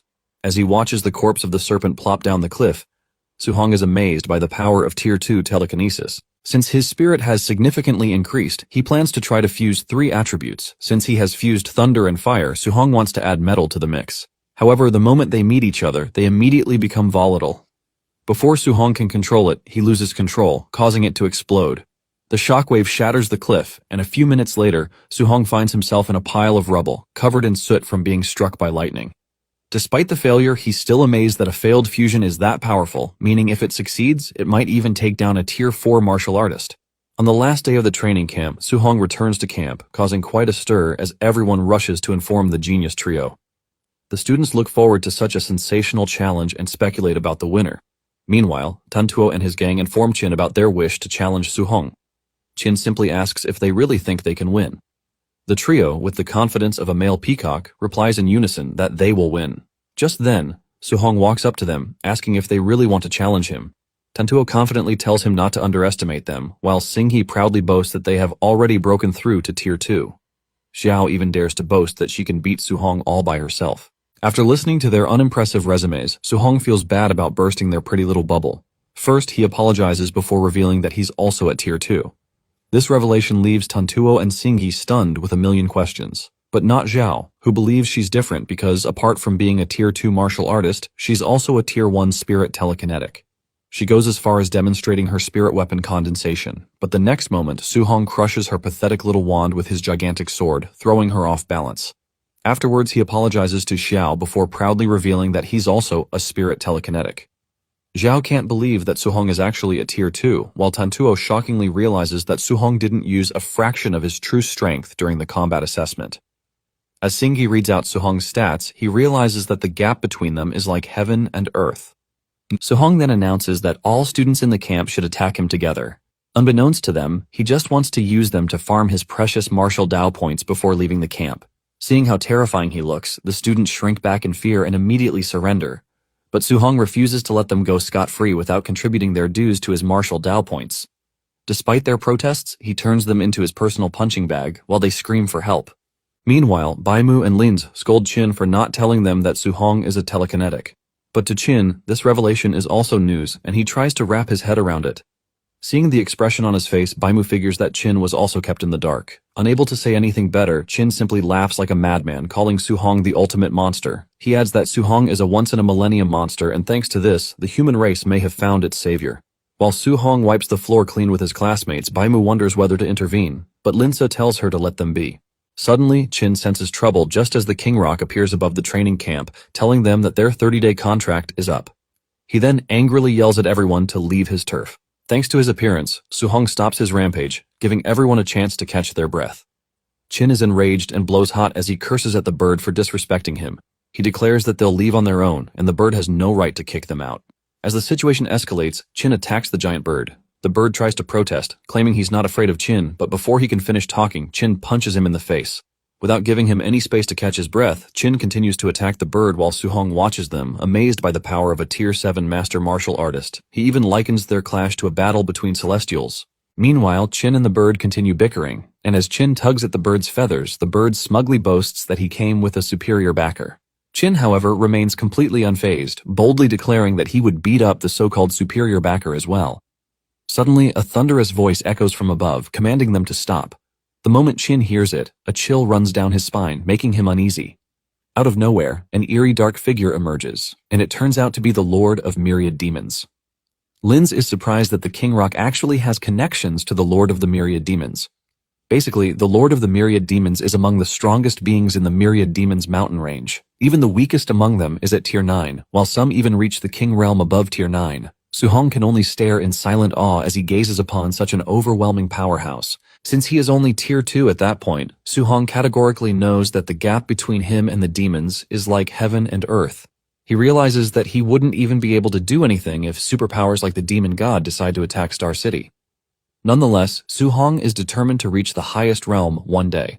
The Golden Bird finally retreats after promising Qin that it is going to deal with him later. Qin is not essentially worried about the appearance of the demon god because he knows that the demons have an agreement with humanity, so the powerhouse cannot casually make a move, which means the younger generation is safe to an extent. Even with the appearance of the demon lord, the training camp concluded as it should have. Su-hong is excited to see his uncle and auntie since he is pretty sure that they are already worried about him. Before getting on the bus, Chen and Tu find him, urging him to stay cool with them because they are pretty sure he is going to become a celebrity once they return to the city. Su-hong assures the two that he holds no grudge against them, letting them know that he would have even forgotten the whole issue if they hadn't reminded him. The students are informed that they have to head to the city lord's estate where a banquet is being held, and this is to thank the students for their hard work. While the others are celebrating this, Su-hong is basically frustrated that he won't get to see his aunt and uncle as quickly as he planned. Meanwhile, at the city lord's estate, Su-hong's parents have been invited to the banquet and are placed at a high table. The two are left totally shocked. And the same thing goes for the elites who are present in the hall. They are absolutely gutted that two gutter rats are invited to the hall. They assume that it is a mistake on the part of the waiters who just let anyone they see in. Su-hong's auntie asks her husband if they are not embarrassing Su-hong with the way they are dressed, but he reminds her that they are wearing their best outfits, so they have no choice. The two are discussing how rough everything is when Lee shows up with a bright smile on his face, introducing himself to the two. Their hearts almost vibrated out of their bodies when Lee approached them, but he urged them to stay calm, telling them that they had no reason to be nervous. Lee is still taking things cool when Wu rushes in to shake Su-hong's uncle, while using the opportunity to introduce herself. She lets the two know that their boy, Su-hong, is the best genius she's ever seen. Wu's presence only makes the two even more nervous, but the elites, on the other hand, are all left in shock. They wonder why the principal and even Wu are talking to the two ragtags. At the same time, Wang Ni, Tantuo's father and also the lord of the city, is having a friendly conversation with his peers, Zhao and Xinghe's fathers. The trio boasts about how impressive their kids are, and they are very confident that they are going to return as the top students of the training camp. The argument between the trio on who has the best child soon gets so loud that Lee asks Wu to stop them. However, she rejects the suggestion, saying she might have to beat the trio up for acting like kids. In addition, she is pretty sure that once Su-hong arrives, their little show-off is going to come to an end. Lee is surprised at how much Wu thinks of Su-hong, who is only at the early stage of Tier 1. Wu confidently replies that she is trusting her intuition, which is the best thing a woman has. Moments later, the announcement comes in that the special transport from the training camp has arrived. Wang Ni excitedly tells everyone to prepare themselves to welcome the pride of their city. Moments later, the three geniuses stepped out of the vehicle and they were looking all bruised up and battered, shocking their parents. Their precious faces have basically been turned inside out, forcing the concerned parents to ask their children what actually happened. Suddenly, they notice that the trio has all broken through to Tier 2, which is great news for all of them. However, the trio tells their parents to keep calm because there is someone even worse than them. Just then, Su-hong steps out of the bus and there is a guard of honor waiting for him. He can't believe that he is being forced to partake in the show that has been arranged for him. His only concern is how he is going to go home and enjoy the nice meal that his guardians would have prepared for him. Suddenly he sees his guardians rushing toward him in the distance, and this is when the other bitter elites found out that Su-hong is their child. Su-hong's aunt trips from excitement, but before she can crash to the ground, Su-hong catches her with a telekinetic sphere. This leaves his guardians completely blown away, and it also brings up questions of what sort of martial art he is using, but he digresses just to make sure that his auntie is fine. The two let him know how worried they have been, but he assures them that he is fine. On the other hand, the city lord and his friends are freaking out after seeing what Su-hong can actually do. Even Lee and Wu turn to each other with anger, asking themselves at the same time why the other didn't mention that Su-hong is a telekinetic. It is at this point that it finally dawns on them that none of them knew this. The two jump up for joy because they now have a powerful kid to back them up, which means their respective positions are safe. The other elites and powerful families who are present on the scene start making calls concerning Su-hong. There are some who want him to marry into their family, and there are some who are already preparing big gifts for Su-hong to entice him. Just then, Wang Ni walks up to Su-hong, telling him that he has lived up to his title as Star City's #1 genius, and because of this, he will be given a villa and 3 million in cash. Wang Ni claims that it is the prize he had prepared for the first-place winner of the training camp, but the other elites know that this is a damn lie. They are confident that he has just put together the gift to pull in Su-hong and get him on his side. Wang Ni takes it a step further, telling Su Hong that if there is anything he needs in the future, he should not hesitate to ask, promising that he is going to do everything in his power to help. Su Hong hears this, and with the man reaching out for a handshake, he figures out that he is publicly trying to win him over. Since he is the city lord, he is going to be offended if he refuses him. But at the same time, if he allies himself with Wang Ni, he won't be able to refuse any requests he makes of him in the future. Since Wang Ni holds the absolute power in the city, Su Hong knows that it would be unwise of him to get on his bad side. However, he knows that it would be a big plus for him to ally himself with him because this will help protect his family while he is out of town. Su Hong remembers that he has Qin, Wu, and even Li behind him, so there is no way Wang Ni is forcing him to do what he doesn't want to. After weighing his options, Su Hong takes the man's hands, thanking him for his kindness while revealing that he actually needs his help. Su Hong immediately reveals that his aunt is suffering from a rare disease, so he would appreciate it if the city lord could help with this. Without hesitation, Wang Ni tells his assistant to handle the matter, telling him to make sure Su Hong's aunt gets the best medical resources that are available. Wang Ni then proceeds to ask Su Hong if there is anything else he would like, telling him that he likes straightforward men. Su Hong decides to ride on this, and he tells the man that he would like a solid weapon. Without thinking twice, Wang Ni tells Su Hong to follow him to the armory, where he can pick whatever weapon he likes.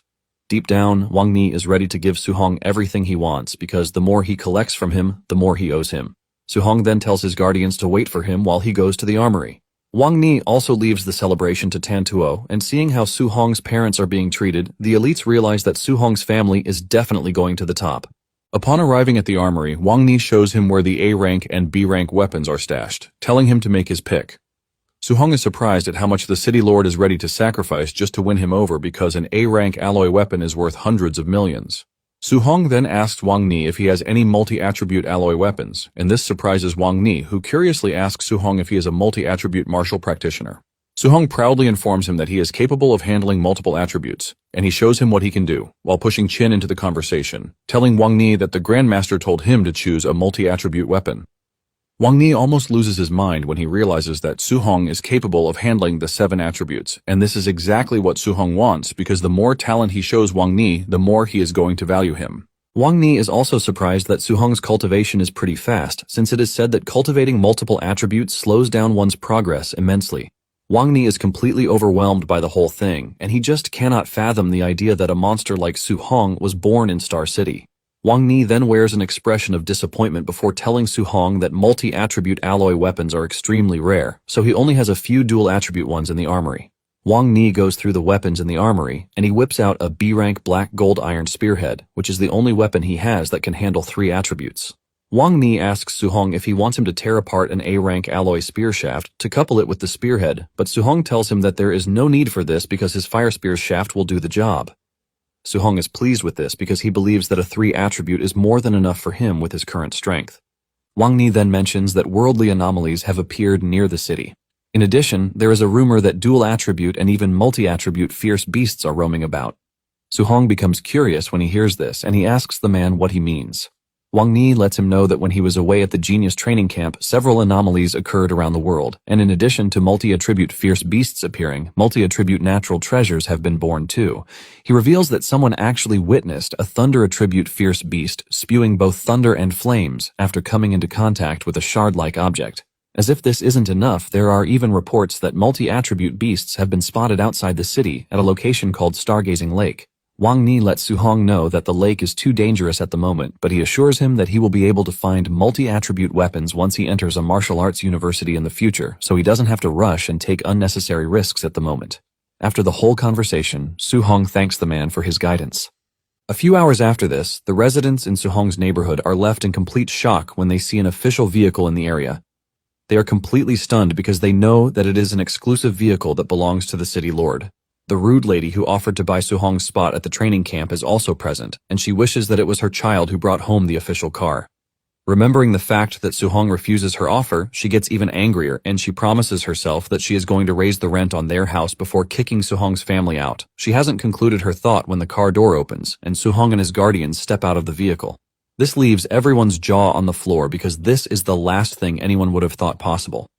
Su Hong's uncle then walks up to the lady to tell her that they have been given a villa, so they are moving out the next day. This leaves the lady completely shocked, and the man tells her that they will need their rent balance. However, his wife tells him to leave the money for her because their family is now rich. As they walk into the house, the man even suggests that they move their tables and chairs to the villa, but his wife urges him to stop being stingy because Su-hong is now a big shot, so they basically lack nothing. The rude lady can only watch in surprise as they walk into the house, looking happy and glam. Later that night, Su-hong heads to the roof as usual to cultivate, and realizing that it is going to be the last time he will cultivate there, he starts missing the whole neighborhood. After he has upgraded his spirit points, he still has over 1,900 points left. He then upgrades his vital blood to break through to the mid-stage of Tier 2. After this, he decides to look up the worldly anomalies that Wang Ni mentioned. He grabs his phone and almost crushes it, and this lets him know that his body hasn't fully adapted to the mid-stage Tier 2 strength just yet.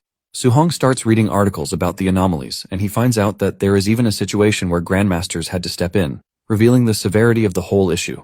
There is also an article that mentions that all the martial artists who witnessed the mysterious shard have all died in ways that cannot be explained. This leaves Su-hong considering his options, and even though he knows that he might not be able to beat a Tier 4 martial artist, he doesn't think escaping from one is going to be much of a problem. He then concludes that he is going to check out Stargazing Lake the next day after they are done moving to the villa. The following day, Su-hong's family receives a bulk of gifts from their new neighbors. There are so many presents that they are even worried that they won't have a place to store them all. It is pretty obvious that the rich neighbors are just trying to get on Su-hong's good side.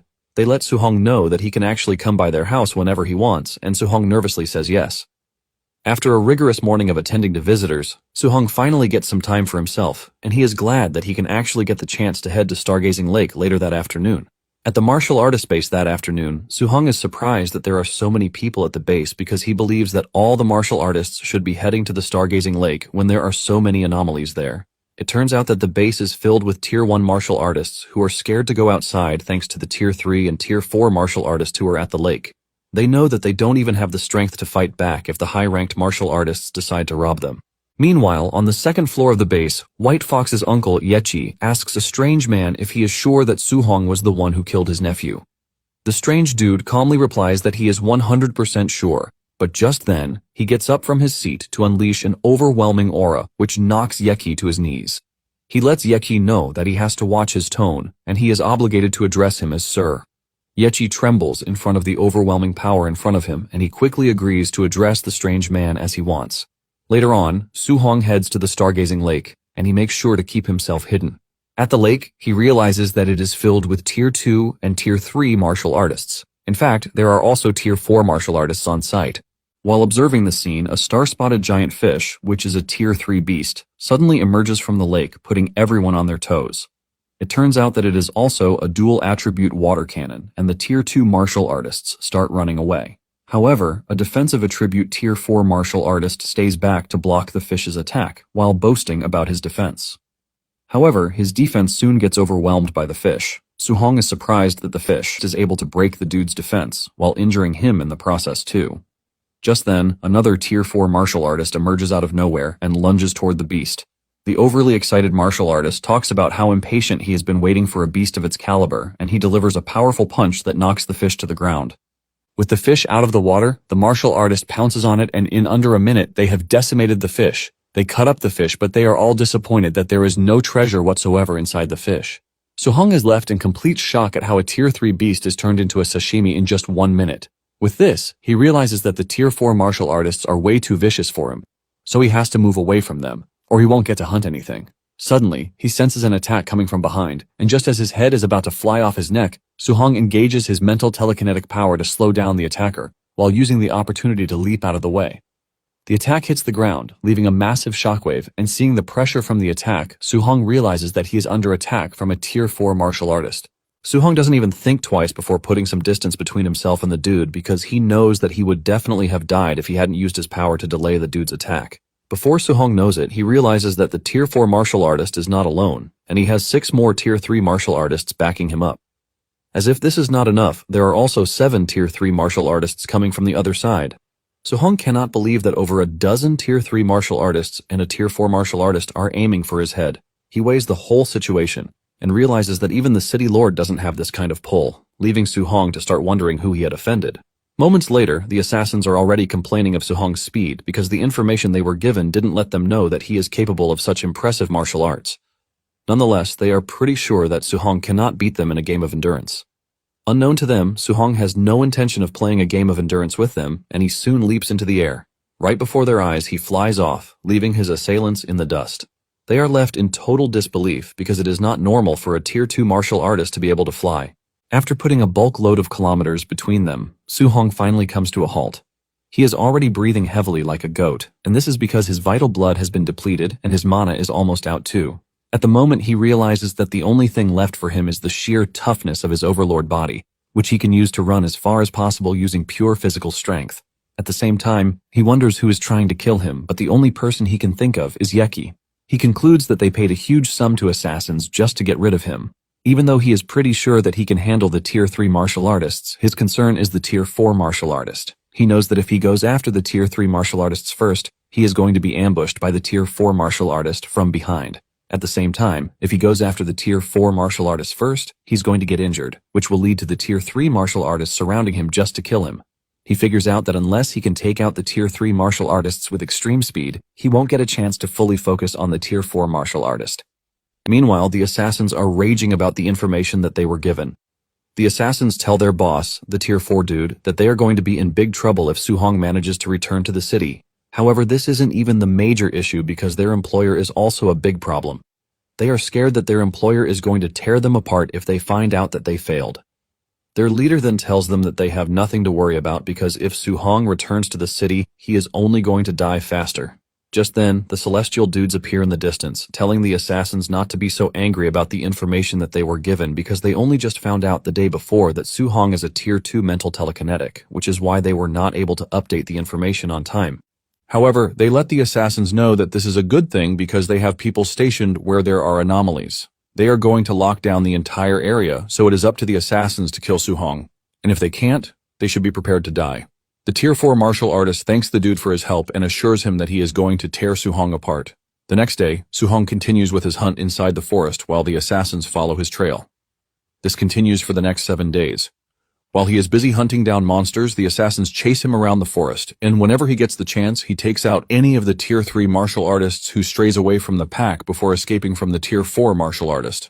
At this point, Su-hong realizes that he is already exhausted, and he decides to head to the Star City official supply stronghold. Even though it is very risky, he knows he has no choice but to rest there for the night. He believes that his assailants shouldn't be so bold as to attack him directly on official territory. However, as he enters the stronghold, he can sense eyes watching him, and with this, he concludes that Yeki is the one who wants him dead.